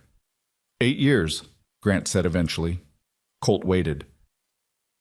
"I've been trying to give her a good life for 8 years, Grant said. "Emily, Sarah, I've been—" He stopped. His jaw worked. 14 months of that. 14 months of giving this guy— He stopped again. "Yeah," Colt said. "She saved up money," Grant said. "Emily, she saved up money to—" He put both hands on the railing and leaned on them. "She's been watching me. She's been watching me every day, and she thought—" "She was protecting her mother," Colt said. "The same reason you were doing it." The words landed. Grant stood with them. She's 5, he said. I know. She's 5 years old and she carried that. Yeah, Colt said. She did. Silence between them, and the cold, and the orange light on the frost.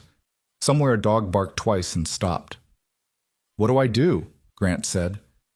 It was the most stripped-down version of the question. Not what do we do or what should I do, but just what do I do? The question of a man who's been making decisions alone in the dark for 14 months and is finally, tentatively, asking someone else to help hold the weight. Tonight, Colt said, you talk to your daughter. Grant looked at him. Not all of it, Colt said.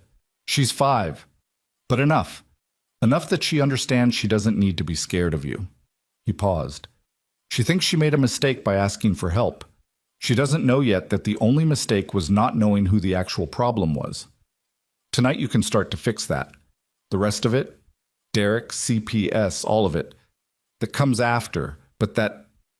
He tilted his head toward the house, toward the kitchen light, toward the sound of Sarah's voice, and what was probably Emily asking a question in the particular unrelenting way of 5-year-olds.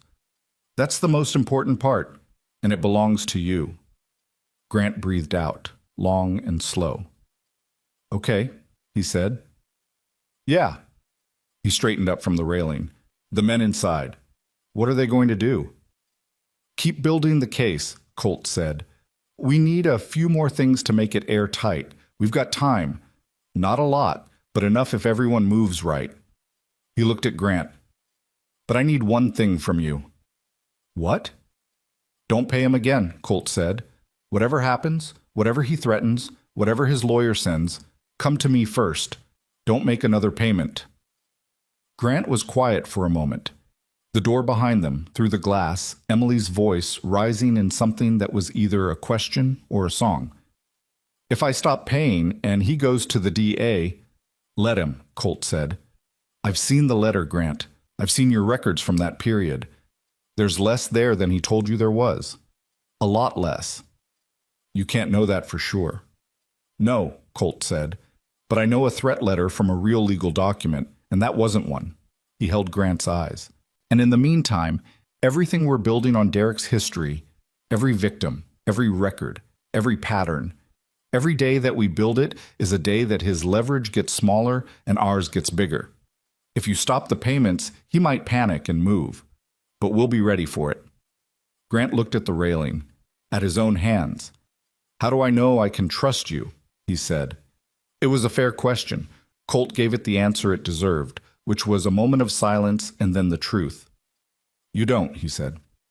Not yet.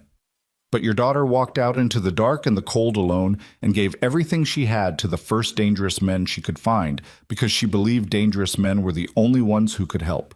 He looked at Grant. She was right that she needed help. She was wrong about a lot of the details, but the instinct... He paused. The instinct was good. Grant stood there for a long moment. Then he went back inside. Colt stayed on the porch another minute, breathing the cold air, watching the frost. His phone buzzed. Razor. He looked at the screen.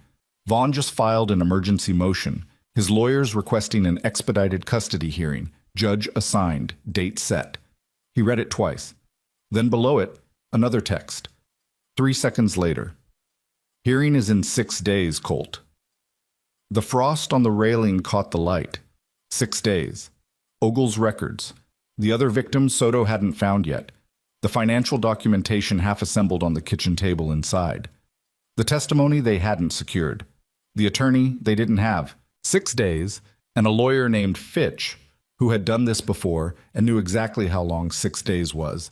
And Derek Vaughn, sitting in a motel room on Route 12 watching the clock run down with the patient, practiced calm of a man who had done this before and expected it to work the same way it had always worked. 6 days. And somewhere in the house behind him, a 5-year-old girl who had spent months saving crumpled dollar bills was sitting at a kitchen table drawing horses with legs that weren't quite right, waiting for someone to tell her that the world was less dangerous than she'd decided it was. Colt put his phone in his pocket. He went back inside. 6 days. Colt said it to himself in the dark of the chapter house at 2 a.m, lying on the cot with his boots still on because he'd sat down to think, and the thinking had gone longer than he planned. 6 days between Derek Vaughan and a courtroom where a judge, who didn't know any of them, would look at a filing that had been carefully constructed to look like concern and make a decision about a 5-year-old girl's life. He'd seen courts before. He knew what they looked like from the inside, the particular fluorescent unreality of them, the way they reduced everything complex and human and specific into language that was designed to be clean and ended up being false. He'd watched a man he knew get processed through one and come out the other side as a version of himself that the paperwork recognized, but that had very little to do with who he'd actually been. He had a specific relationship with the idea of a legal system doing right by people who needed it to. And that relationship was not warm, but it was what they had. He got up at 2:30 and went to the war room and looked at the table. Soto had gotten back at midnight, road-worn and carrying a banker's box of Terence Ogle's documentation that he'd set down on the table with the care of a man delivering something fragile. Then Soto had drunk 1 cup of coffee, eaten half a sandwich, and gone to sleep in the chair in the corner because Soto did not waste movement. Callum was still up, working through the box's contents, cross-referencing against the Mercer financial records with the focused, slightly glazed expression of a man deep inside detail work who had stopped noticing the time 2 hours ago. He looked up when Colt came in. "Tell me," Colt said. Callum turned the laptop. "Ogle's records are solid. The pattern is clear. Vaughan used the same mechanism both times. Irregular partnership finances that he created and then positioned as the other party's liability. He's been running this play since at least..." He stopped. He looked at the screen again, at something that had apparently just connected while Colt was standing there. "Since at least 2014. That's 10 years. That's at least 3 separate incidents I can document," Callum said. "Ogle, a woman named Patricia Reyes in Lubbock. I found her through the Fitch connection. She had a family court filing that matched the pattern, withdrew it after 18 months. And a man named Boudreau in Beaumont, who I can't reach yet, but whose name appears in Vaughan's business records from 2016. 3 incidents documented, 1 pending," Colt said. "Is that enough?" Callum was quiet for a moment. "Enough for a DA to be interested? Maybe. Enough to get the custody hearing thrown out before it starts?" He turned the laptop back. "I don't know. We need someone who does family law." "I'm working on that," Colt said. What he didn't say was that the lawyer he was working on was a woman named Adrienne Cole, who did family and civil litigation out of an office in Fort Worth, and who had done work for the Iron Shepherds twice in the past. Once for a brother who'd had a custody situation of his own, once for a domestic violence case where the victim had needed someone who could move fast and wasn't afraid of a fight. Adrienne Cole was good, and she was expensive, and she had told Colt the last time they'd spoken that she'd help them one more time, and then she needed to stop, because her partners were asking questions about the client relationships, and she didn't have good answers. He'd called her at 11. She hadn't called back. He looked at the table. 6 days. Ogle's banker's box. The Mercer records. A lawyer who hadn't called back. A CPS home visit that could happen any morning. A judge assigned to a hearing that Fitch had engineered to happen fast, because fast was the move when you had manufactured urgency. You made the clock run so that the other side didn't have time to look at what you'd actually built. Colt sat down and started reading. Colt's. The call he wasn't expecting came at 6:47 in the morning. Not Adrienne Cole. A number he didn't recognize, Texas area code, and he almost didn't answer it because unknown numbers at 6:47 were almost never useful information. But something made him pick up. A habit, maybe. Or the particular instinct of a man who had learned to answer the things he didn't expect because the things he expected had already been planned for. "Is this Maddox?" The voice was male, older, carrying the specific texture of a man who had smoked for a long time and stopped, but the damage lived in his throat anyway. "Who's asking?" Colt said. "My name is Ray Fitch," the voice said. The room didn't change. The light didn't change. Callum looked up from the table. Colt didn't look at him. "Attorney Fitch," Colt said. "I've been hearing your name." "I imagine you have." A pause. Not a nervous pause. A deliberate one, the kind that lawyers use to indicate that they're in control of the timing. "I'd like to meet with you." "Why?" "Because," Fitch said, "I think we both have a problem." And I think it might be the same problem. Colt was quiet for a moment. He turned the phone slightly away from his face and looked at Callum. And Callum was already writing on a piece of paper. Stall him? Keep him talking? And Colt looked at it and then looked back at the middle distance. That's an interesting thing to say, Colt said. Given that you filed a welfare complaint on behalf of your client yesterday and got an emergency custody hearing scheduled. Yes, Fitch said. I did. So what's the problem? Another pause. This one was different from the first. It had weight in it that the first one hadn't, a hesitation that wasn't entirely controlled. Derek Vaughn, Fitch said, is not who I thought he was when I took this case. Colt stood up from the table. He walked out of the war room and down the hall to the back door and pushed it open and stood outside in the early morning cold with the phone against his ear and his breath coming in small, controlled clouds. Talk to me, he said. They met at 8 o'clock in the parking lot of a Whataburger on the commercial strip off Route 9, which was Fitch's suggestion and which told Colt something. Fitch wanted neutral ground, public enough to feel safe, anonymous enough to not be noticed. The Whataburger at 8 in the morning was full of construction workers getting coffee and truck drivers who'd been on the road since 4, and a few older men with newspapers who were spending the time the way older men spend morning time in diners and fast food restaurants, which is to say peacefully and without any interest in the conversations happening around them. Fitch was already there when Colt arrived, in a booth by the window, which was the booth Colt would have chosen, and for a moment he stood at the door and assessed the man before the man noticed him. 60-something. The build of someone who had once been heavier and had lost it recently. The skin of his face slightly loose at the jaw. A suit that was good, but not new, with the specific wear patterns of a suit that was his best and got used too often. Coffee in front of him, untouched.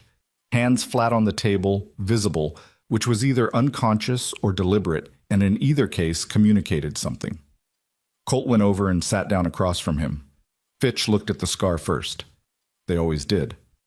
Then he looked at Colt's eyes and didn't look away, which put him in a specific category of people who had decided that being intimidated by Colt Maddox was a luxury they couldn't afford right now. You have 5 minutes before I decide whether to keep listening, Colt said. Fitch picked up his coffee, put it down without drinking. I took Vaughn's case 8 months ago, Fitch said. He came to me with a family court matter, biological father seeking to reestablish a relationship with a daughter he said had been kept from him. It's not an unusual case. I do a lot of family court.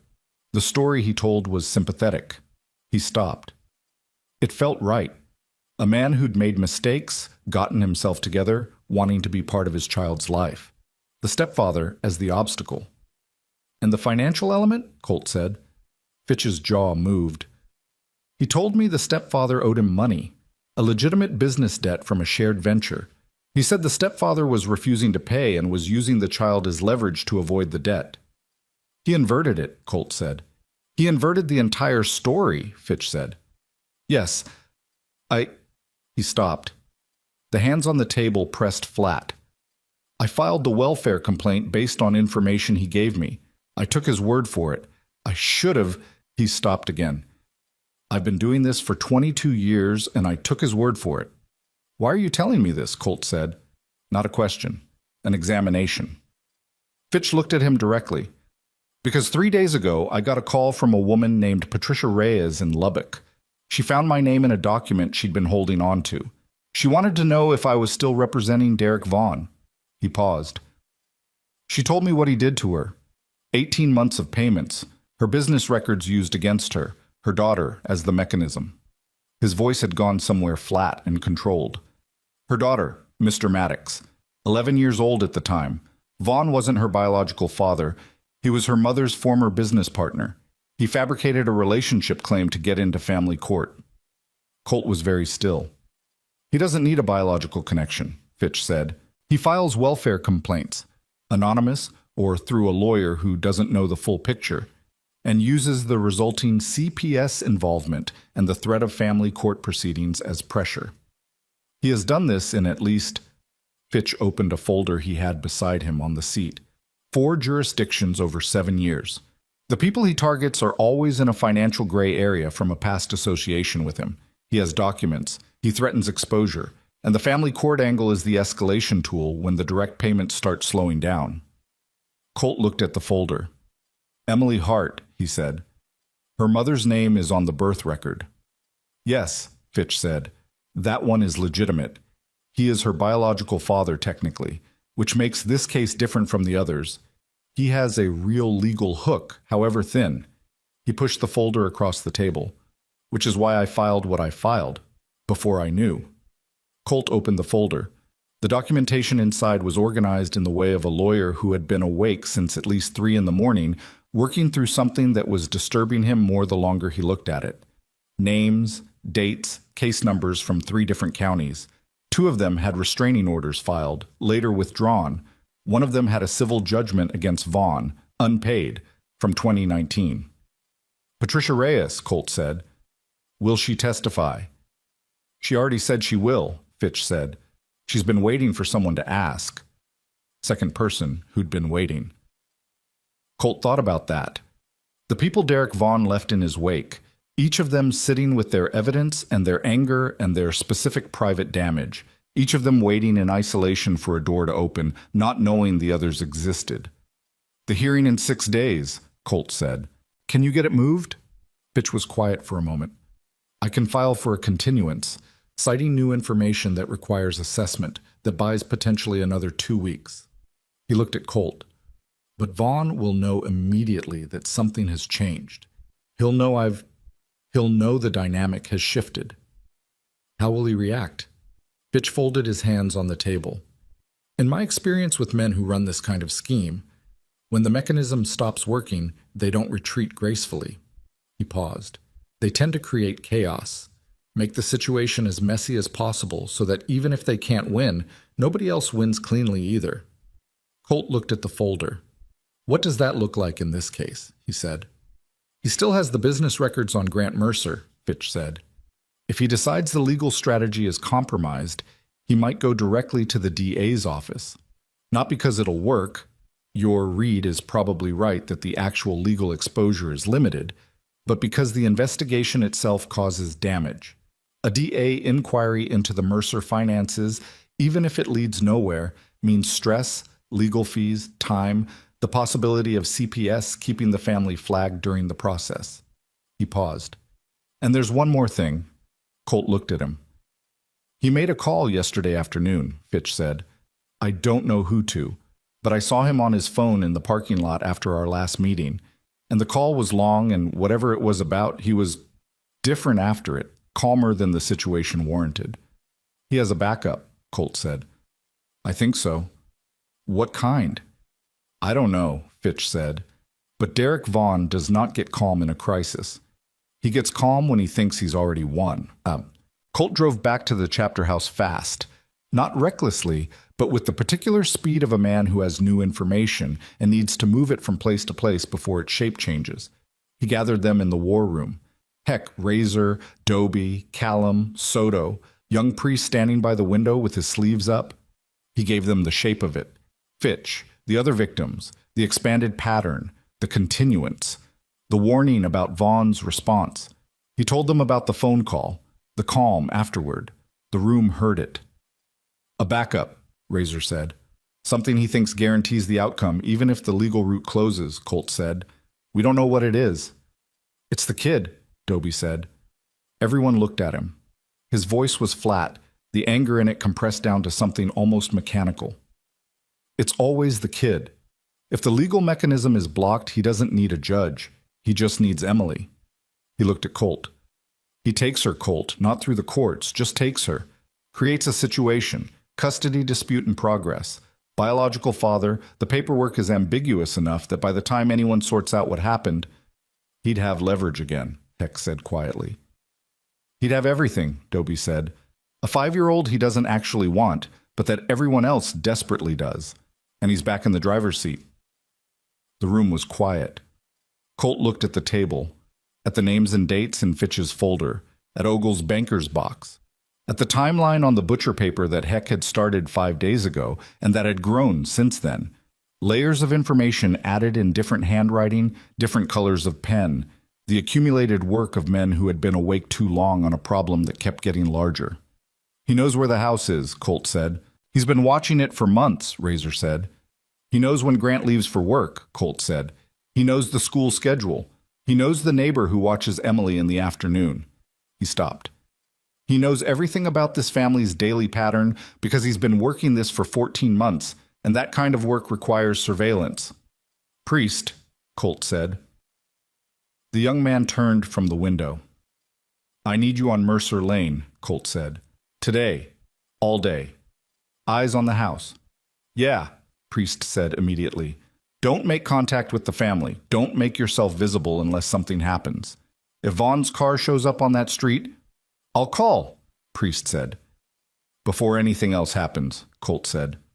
You call first. Priest was already moving for his jacket. Colt looked at Razor. Get Adrienne Cole. Don't leave a message. Find her physically if you have to. On it. Heck, Fitch is going to file the continuance this morning. I want to know the moment Vaughn's reaction hits, who he calls, where he goes. The motel on Route 12. I'll put Soto on the motel, Heck said. He knows how to sit still. Soto was already putting his jacket on. He'd slept 4 hours in the chair and looked about the same as he always looked, which was a thing Colt had spent years being grateful for. The room moved. Dobie didn't move. Colt looked at him. Dobie. I'm here. I need you here, Colt said. At the house. If something happens and we need to move fast, I need someone who can... I need you here, Dobie.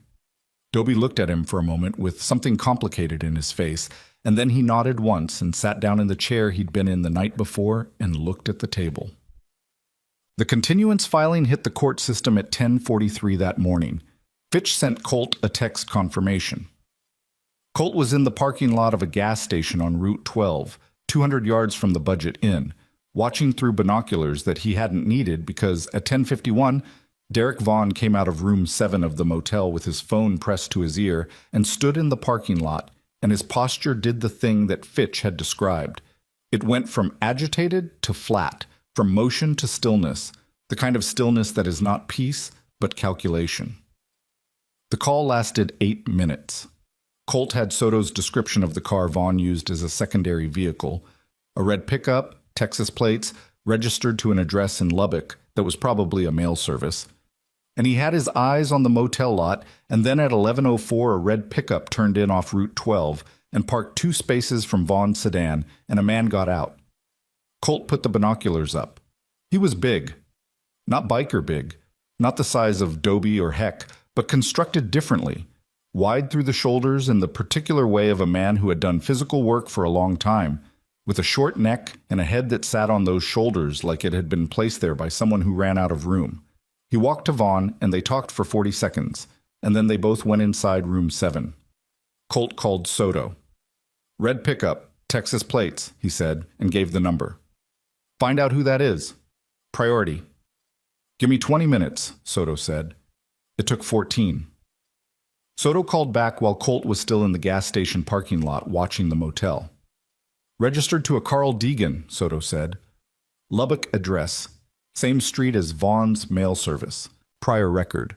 2 counts of assault. 1 dismissed, 1 convicted, served 8 months. 1 count of harassment that resulted in a protective order in 2021. A pause. The protective order was filed by a woman in Midland. What was the relationship? Employer-employee, Soto said. She hired him for a collections-type situation, private. It went sideways. He exceeded the scope of what she'd asked for. Colt was quiet for a moment. He's hired muscle, he said. That's what it looks like, Soto said. Not sophisticated, but motivated. When did Vaughn connect with him? Can't tell yet, but the Lubbock address puts them in the same geographic circle for at least 3 years. Colt looked at the motel. Room 7. The curtain closed. The calm that Fitch had described. The phone call after the continuance. The red pickup arriving 11 minutes later. Vaughn didn't just have a backup plan. Vaughn had already activated it. Priest, Colt said immediately, switching to the group line. Status, quiet, Priest said. Nothing on the street. Emily went to school at 7:50 with Mrs. Puentes walking her. Sarah left for the dental office at 8:30. House has been empty since then. Stay tight, Colt said. There's a man named Deegan in a red pickup who may come by that street. Do not engage. Just watch and call. A beat. How bad? Bad enough, Colt said. He drove back to the chapter house, pushing the speed limit and then pushing past it, running the road the way he ran it, when the calculation had changed and the distance between where he was and where he needed to be had become critical. Dobie looked up when he came in. Colt told him about Deegan. Dobie's face did the thing it had been fighting the urge to do since the beginning of this. The mask coming off, the controlled anger surfacing into something raw and specific. He stood up and the chair scraped back and he put both hands on the table and looked at the table and breathed for a moment. He hired someone, Dobie said. That's what it looks like. To take Emily. To create a situation, Colt said. We don't know the specific. Colt. Dobie's voice cut through. He hired someone to take a 5-year-old girl off a street in Denton, Texas, as a leverage play in a blackmail scheme. He looked up. That's what we're talking about. You say that out loud. Colt said it out loud. Yes, that's what we're talking about. The room held it. So, Dobie said. His voice had gone to somewhere very quiet and very cold, which was more frightening than the loud version. What's the plan? And the plan better not be we watch and we build a case. The case is still the end game, Colt said. Nothing changes about that. But the immediate situation, he looked at Dobie. I need the family safe. Right now. Today. Not because we're panicking, because we have specific intelligence that someone has been engaged to create a situation and we don't know the timetable, and we're not going to find out by waiting. What does safe look like? Hex said from the doorway. Emily doesn't go back to that school alone, Colt said. She doesn't go anywhere without one of us visible. Grant and Sarah need to know what's happening. All of it now, not pieces. And we need to know where Deegan is every hour of every day until this is over. And if Deegan moves on Emily? Dobie said. The room was very quiet. Colt looked at him. We stop him. How? However we have to, Colt said. Within the law, if it's possible. He held Dobie's eyes. And if it's not possible within the law, we stop him anyway and we sort out the paperwork after. Dobie held the look for a long moment. Then something in him settled. Not down into calm exactly, but into a kind of readiness, the particular quality of a large and dangerous man who has been given permission to be what he actually is. Okay, Dobie said. He picked up his jacket and his keys. I'll be on Mercer Lane, he said, with Priest. He went out the back door and the sound of his Harley starting was loud and certain in the cold morning air, rolling out through the garage bay and down the alley and gone.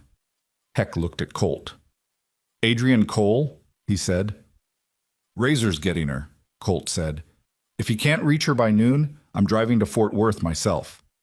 And Vaughn? Colt picked up Fitch's folder from the table. The names inside it, Patricia Reyes in Lubbock, Terrence Ogle in Palo Pinto. The unnamed woman in Midland who had filed a protective order against Carl Deegan. The man named Boudreaux in Beaumont that Callum still hadn't been able to reach. Vaughn thinks the continuance means we're scrambling, Colt said. He thinks he bought himself time by activating Deegan. He thinks we're reacting. We are reacting, Heck said. Yes, Colt said. But there's a difference between reacting scared and reacting with purpose. He sat down at the table and opened the folder and picked up a pen. We have 6 days, he said. 5 now. We use them. He started writing. Heck sat down across from him. The war room settled into the particular focused silence of work that matters, punctuated by the sound of keyboards and pages turning and coffee being poured. And outside, somewhere on Route 9, the sound of a Harley moving in the cold morning air, Dobie heading to Mercer Lane, heading toward a little girl who didn't know she needed protecting today more than she had yesterday, who was probably in a classroom right now drawing horses with legs that weren't quite right, who had trusted the most dangerous men she could find and was about to find out whether that trust had been warranted. Colt's phone buzzed on the table. He looked at it. Priest. The text was 3 words and a location. Red pickup, Mercer Lane. And then a second text, arriving before Colt had finished reading the first. The second text read, "He's watching the school." Colt was already moving before he finished the word. Keys off the table, jacket, out the back door into the cold that hit him like a wall, and he didn't feel it. Not really, because the cold had been replaced by something else entirely. A specific high-frequency clarity that came to him in moments like this, had been coming to him in moments like this since Fallujah, the way the world narrowed and simplified and every unnecessary thing fell away, and what was left was just the geometry of the problem and the distance between him and the solution. He called Priest while he was starting the bike. "Where is he now?" "Still parked," Priest said. His voice was low and controlled, but there was something underneath it, a tightness. "End of the block, facing the school. He hasn't moved." "Emily's inside?" "Yeah, school doesn't let out for another 2 hours." "Don't move on him," Colt said. "Stay where you are. I'm 4 minutes out."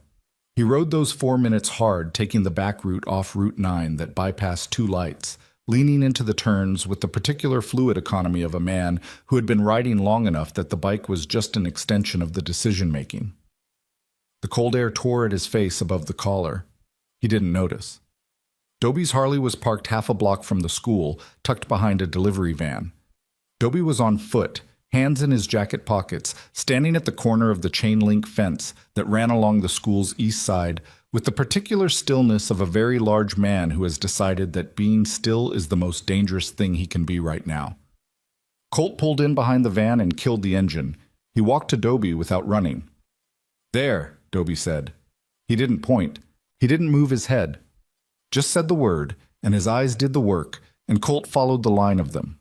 The red pickup was at the far end of the block. Carl Deegan was in the driver's seat. The window was down 2 inches. At this distance, Colt could see the shape of him, the wide shoulders, the short neck, the head angled toward the school's front entrance with the patient, professional attention of a man who had done this kind of waiting before and had a plan for when the waiting ended. "How long?" Colt said. 30 minutes before I texted you," Dobie said. "So 40 now. He make you?" "No." "Priest?" "No." Colt watched the truck. His phone buzzed. Razor. "Got Adrienne. She's in. She needs everything we have by tonight." He texted back, "Send Callum to her with the full file. Now." Then another text, this one from a number he'd stored 3 days ago under a name he hadn't expected to need this fast. "Fitch. Vaughn just left the motel. Couldn't follow. Lost him on Route 9. His phone is off." Colt looked at the text for exactly 2 seconds. Then he looked at Dobie. "Vaughn's in the wind," he said. Dobie's jaw went tight. "Deegan's the distraction," Colt said. He was already calling Heck. "He's here watching the school to keep our eyes forward while Vaughn—" Heck picked up. "Where's Sarah Mercer right now?" "Dental office," Heck said. "She's—" "Get someone there now," Colt said. "Vaughn left the motel, phone off. He knows we're watching the school. He's going somewhere else." A beat. "The house?" Heck said. "Or Sarah," Colt said. "He needs leverage, and the legal route is closing. He'll go for the softest target." He was already moving back toward his bike. "Send Razor to the dental office. You take Mercer Lane. Nobody goes anywhere alone." He hung up and looked at Dobie. "Stay on Deegan. He moves toward that school." "He won't make it to the door," Dobie said. It wasn't a threat.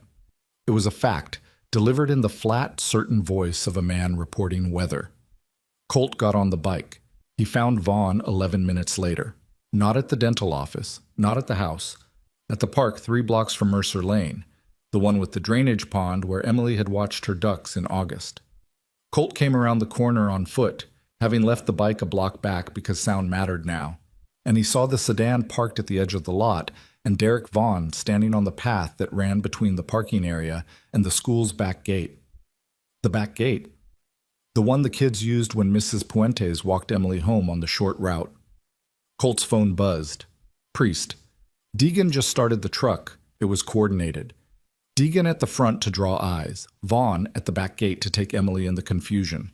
Clean, simple, the kind of plan that worked because it was obvious only after you saw all of it at once. And you only saw all of it at once when it was already in motion." Colt walked toward Vaughn. He didn't run. Running changed the equation in ways that weren't useful yet.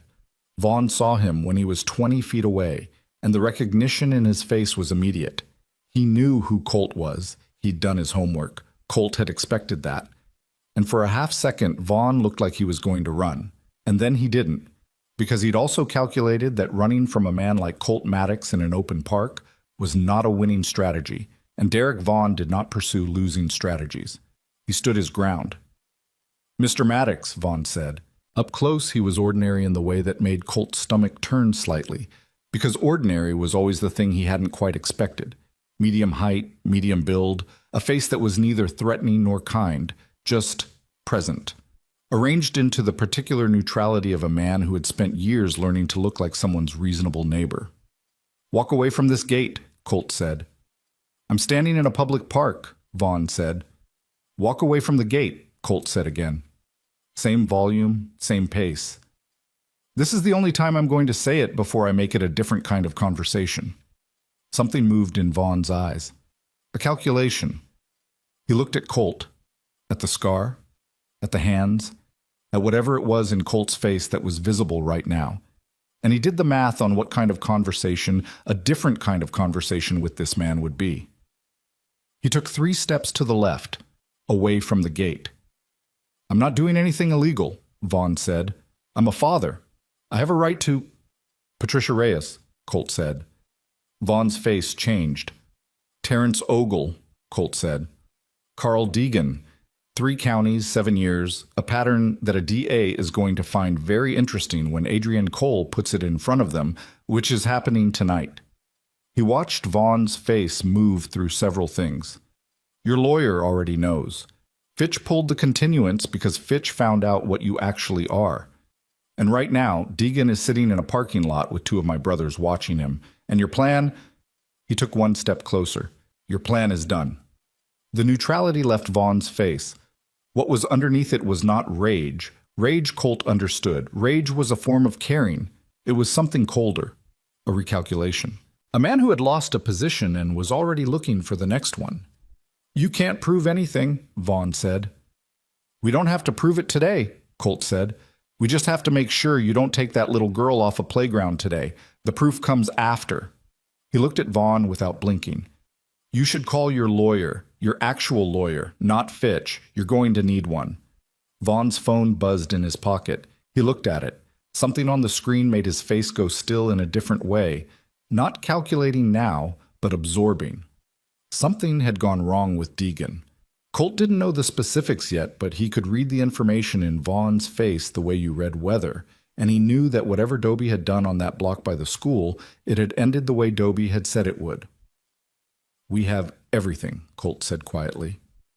"The records, the testimony, 3 victims who will sit in front of a judge and name you specifically. And we have your 14 months of payments from Grant Mercer documented down to the date and amount." He paused.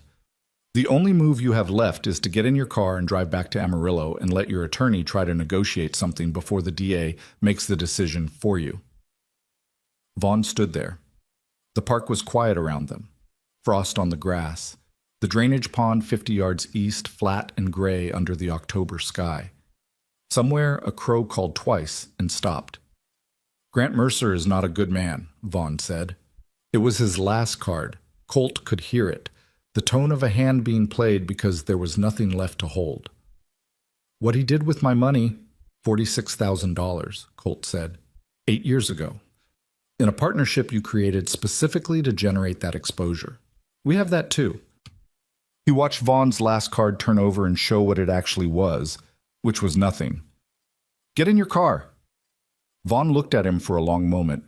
Then he turned and walked to the sedan and got in, and the engine started and he pulled out of the park lot and turned north on the access road toward Route 9. Colt stood in the cold park and watched him go and felt the adrenaline begin its slow retreat, leaving behind the specific exhaustion that comes after high-focus moments, the weight of the body reasserting itself, the cold finding its way back in through the collar. His phone rang. Dobie. "Deegan's gone," Dobie said. "Drove off when Priest and I walked up on either side of the truck. Didn't say a word, just left." "Good," Colt said. Emily's still in class, Dobie said. Priest is at the front. I'm at the back. Stay there until school's out, Colt said. Walk her home personally. Already planned on it, Dobie said. Colt hung up. He looked at the park, at the pond, at the frost on the grass catching the pale October light and making it into something that would be gone by afternoon, the way frost always was, temporary and cold and briefly beautiful before the day got warm enough to take it. His phone again. Heck this time. Adrienne Cole wants to meet tonight, Heck said. She's seen enough of the file to say she thinks we can get the hearing not just continued but dismissed. She wants Grant and Sarah in Fort Worth by 7. They'll be there, Colt said. And Colt. Heck paused. She said, and I'm quoting, that what we've assembled on Vaughn's pattern is, and I'm using her exact words, genuinely remarkable, and that if we can get 2 of the victims to Fort Worth by morning, she can have a DA referral ready before the original hearing date. Colt started walking back toward his bike. The cold was full around him. The city was quiet in the way cities are quiet in the hour before school lets out, that particular held breath quality of the middle of a weekday afternoon. Somewhere behind him, the drainage pond reflected a gray sky. Tomorrow morning, a courtroom would open in Denton, Texas, with Derek Vaughn's name on the docket and a judge who didn't yet know what the case actually was. Tonight, in a law office in Fort Worth, a woman named Adrienne Cole was going to find out. And 2 people who had been waiting in their own private damage for years were going to drive to that office and sit down and finally be part of the thing that ended it. Colt got on his bike. He sat for a moment with his hand on the throttle, not starting it yet, listening to the silence of the park and the distant sound of the city, and underneath all of it, very faint, the sound he always heard if he listened for it, his own pulse, steady, doing the work it was made to. The courtroom smelled like old carpet and recirculated air, and the particular institutional exhaustion of a building that processed human suffering on a schedule. Colt sat in the back row. He didn't belong there technically. He wasn't a party to the case, wasn't a witness, wasn't anyone the court had any record of. He was a man in a leather jacket with a scar on his face who had arrived before the doors opened and taken the last seat in the last row and had not moved since. The bailiff had looked at him once. Colt had looked back. The bailiff had decided not to make it a conversation. Adrienne Cole stood at the plaintiff's table in a gray suit that meant business in the specific way that certain gray suits mean business, and she had the organized, unhurried quality of a woman who had prepared more thoroughly than the opposing side and knew it and was in no rush to prove it because the proving was going to happen on her schedule. Fitch was not at the defense table. Fitch had withdrawn from the case 48 hours ago, filing the paperwork with a brief note citing irreconcilable differences with his client's account of events, which was a lawyer's way of saying he had discovered the account was a fabrication and was removing himself before it became his problem. The attorney who replaced him was younger, less experienced, and had been handed the file with less than 24 hours to review it, which meant he was already behind before the judge sat down. Derek Vaughn sat beside his new attorney and looked straight ahead. He did not look at Grant and Sarah Mercer, who sat at Adrienne's table with the particular stillness of people who have been awake for 36 hours and are running on the specific fuel of having finally decided to stop being afraid. Grant's hands were flat on the table in front of him, the same way Fitch's hands had been flat on the table at the Whataburger, visible, deliberate, the posture of a man who had decided he was done hiding what he was carrying. Sarah sat beside him with her shoulder touching his and did not move it away. The judge was a woman named Hargrove, who had been on the family court bench for 14 years and had the face of someone who had seen most of what people were capable of and had arrived at a position on it that was not cynical exactly, but was completely without illusion. She read documents the way experienced judges read documents, fast, thorough, the eyes moving across the page with the practiced efficiency of someone who had long since learned to find the load-bearing sentence in any filing. She read for 11 minutes without speaking. Then she looked up.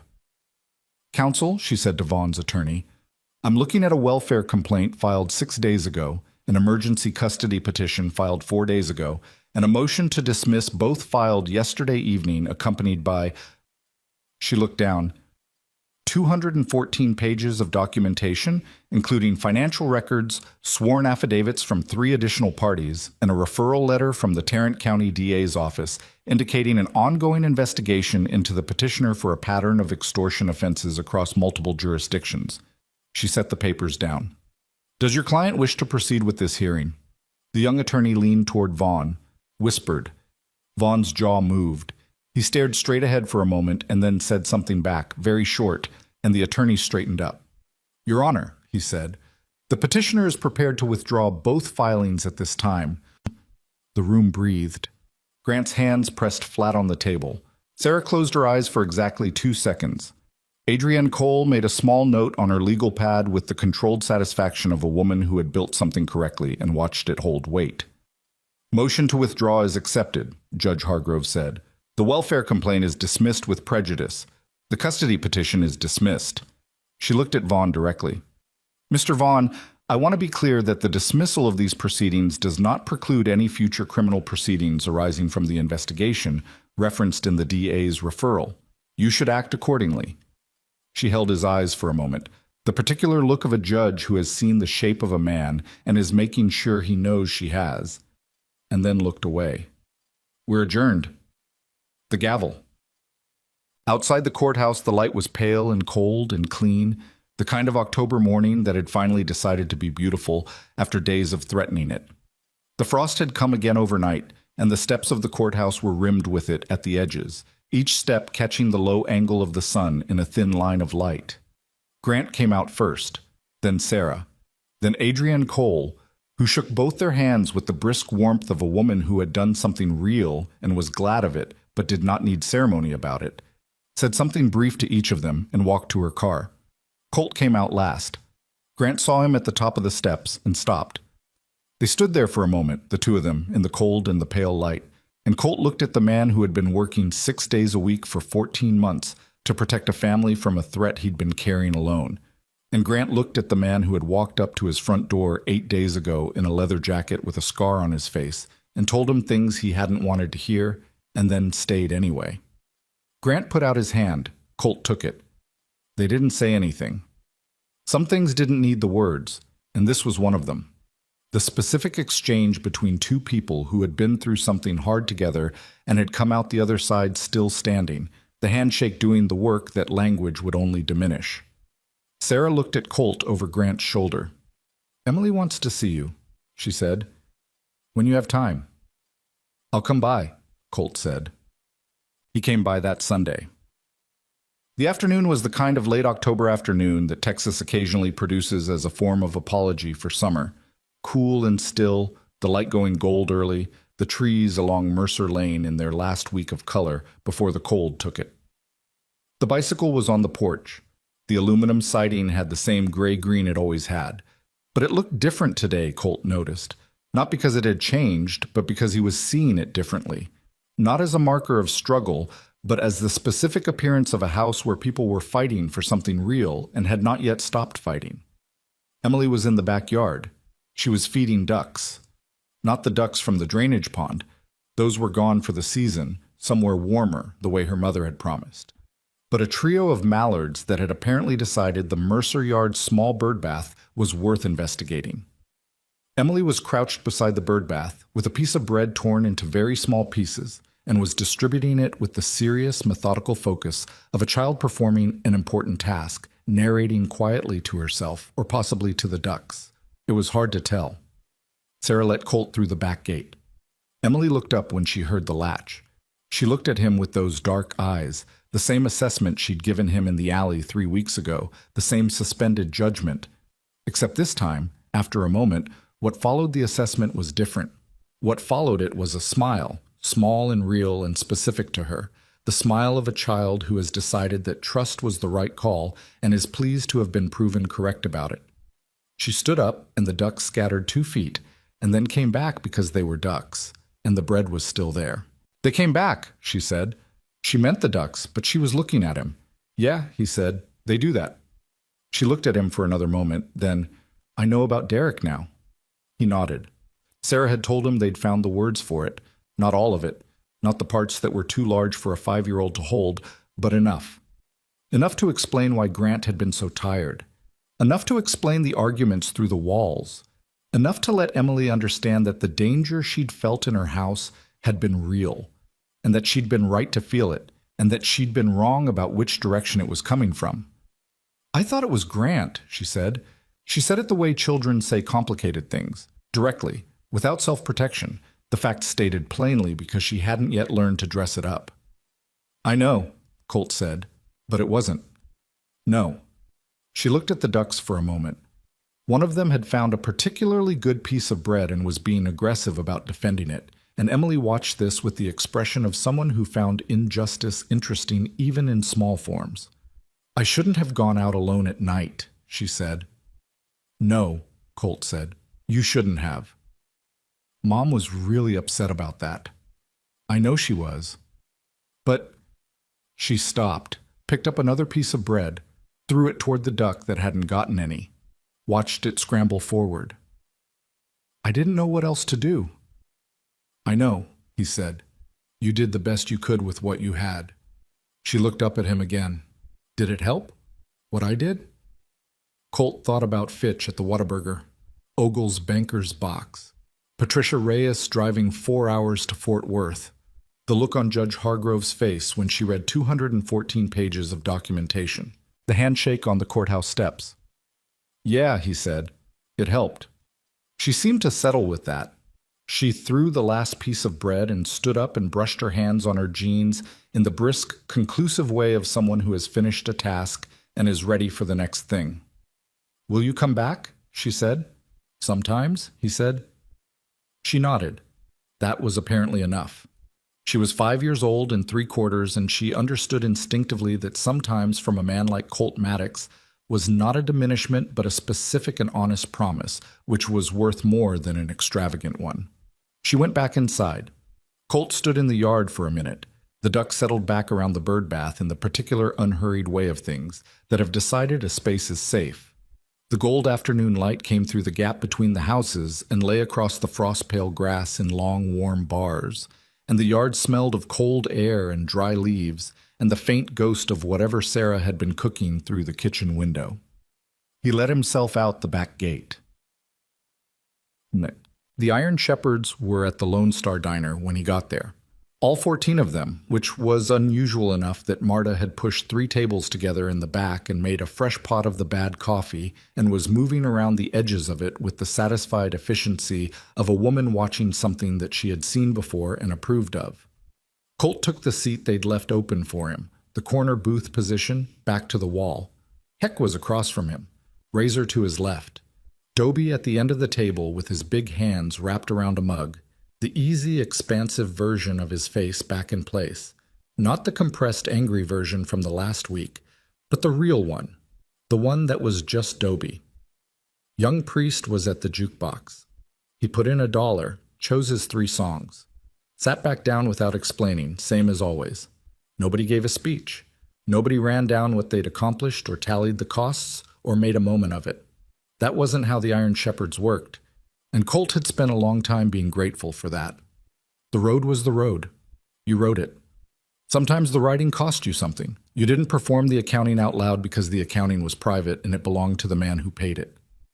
Razor poured coffee into Colt's cup without being asked. Heck cut the pie that Marta had brought, the good pie, the apple, the one that was always good, and passed a slice down. Dobie looked at Colt across the table. "She doing okay?" Dobie said. He didn't say the name. He didn't need to. "Yeah," Colt said. "She's feeding ducks." Dobie looked at that for a moment. Then the big laugh came up out of him, the one you could hear from a parking lot, full and unself-conscious, and the table caught it and held it, and the diner held it, and the neon outside buzzed its pink and yellow, and the coffee was bad and the pie was good, and the engines were quiet for now, resting in the cold lot outside like patient things, like animals that run far and then rest and then run again. Colt drank his coffee. Outside, the October dark came down over Denton, Texas, gentle and cold and full of the particular stillness that follows a thing being finished. Not the silence of emptiness, but the silence of completion. The way a long road sounds when the last mile is behind you and you've cut the engine and there's nothing left to do but sit in it for a minute and let it be what it is. 3 blocks south and 1 block east, the light in the kitchen at 14 Mercer Lane was on. Amber, warm, the color of Sunday evening, the color of a family that had almost come apart and had not. Colt didn't go back and look at it. He didn't need to. He already knew what it looked like.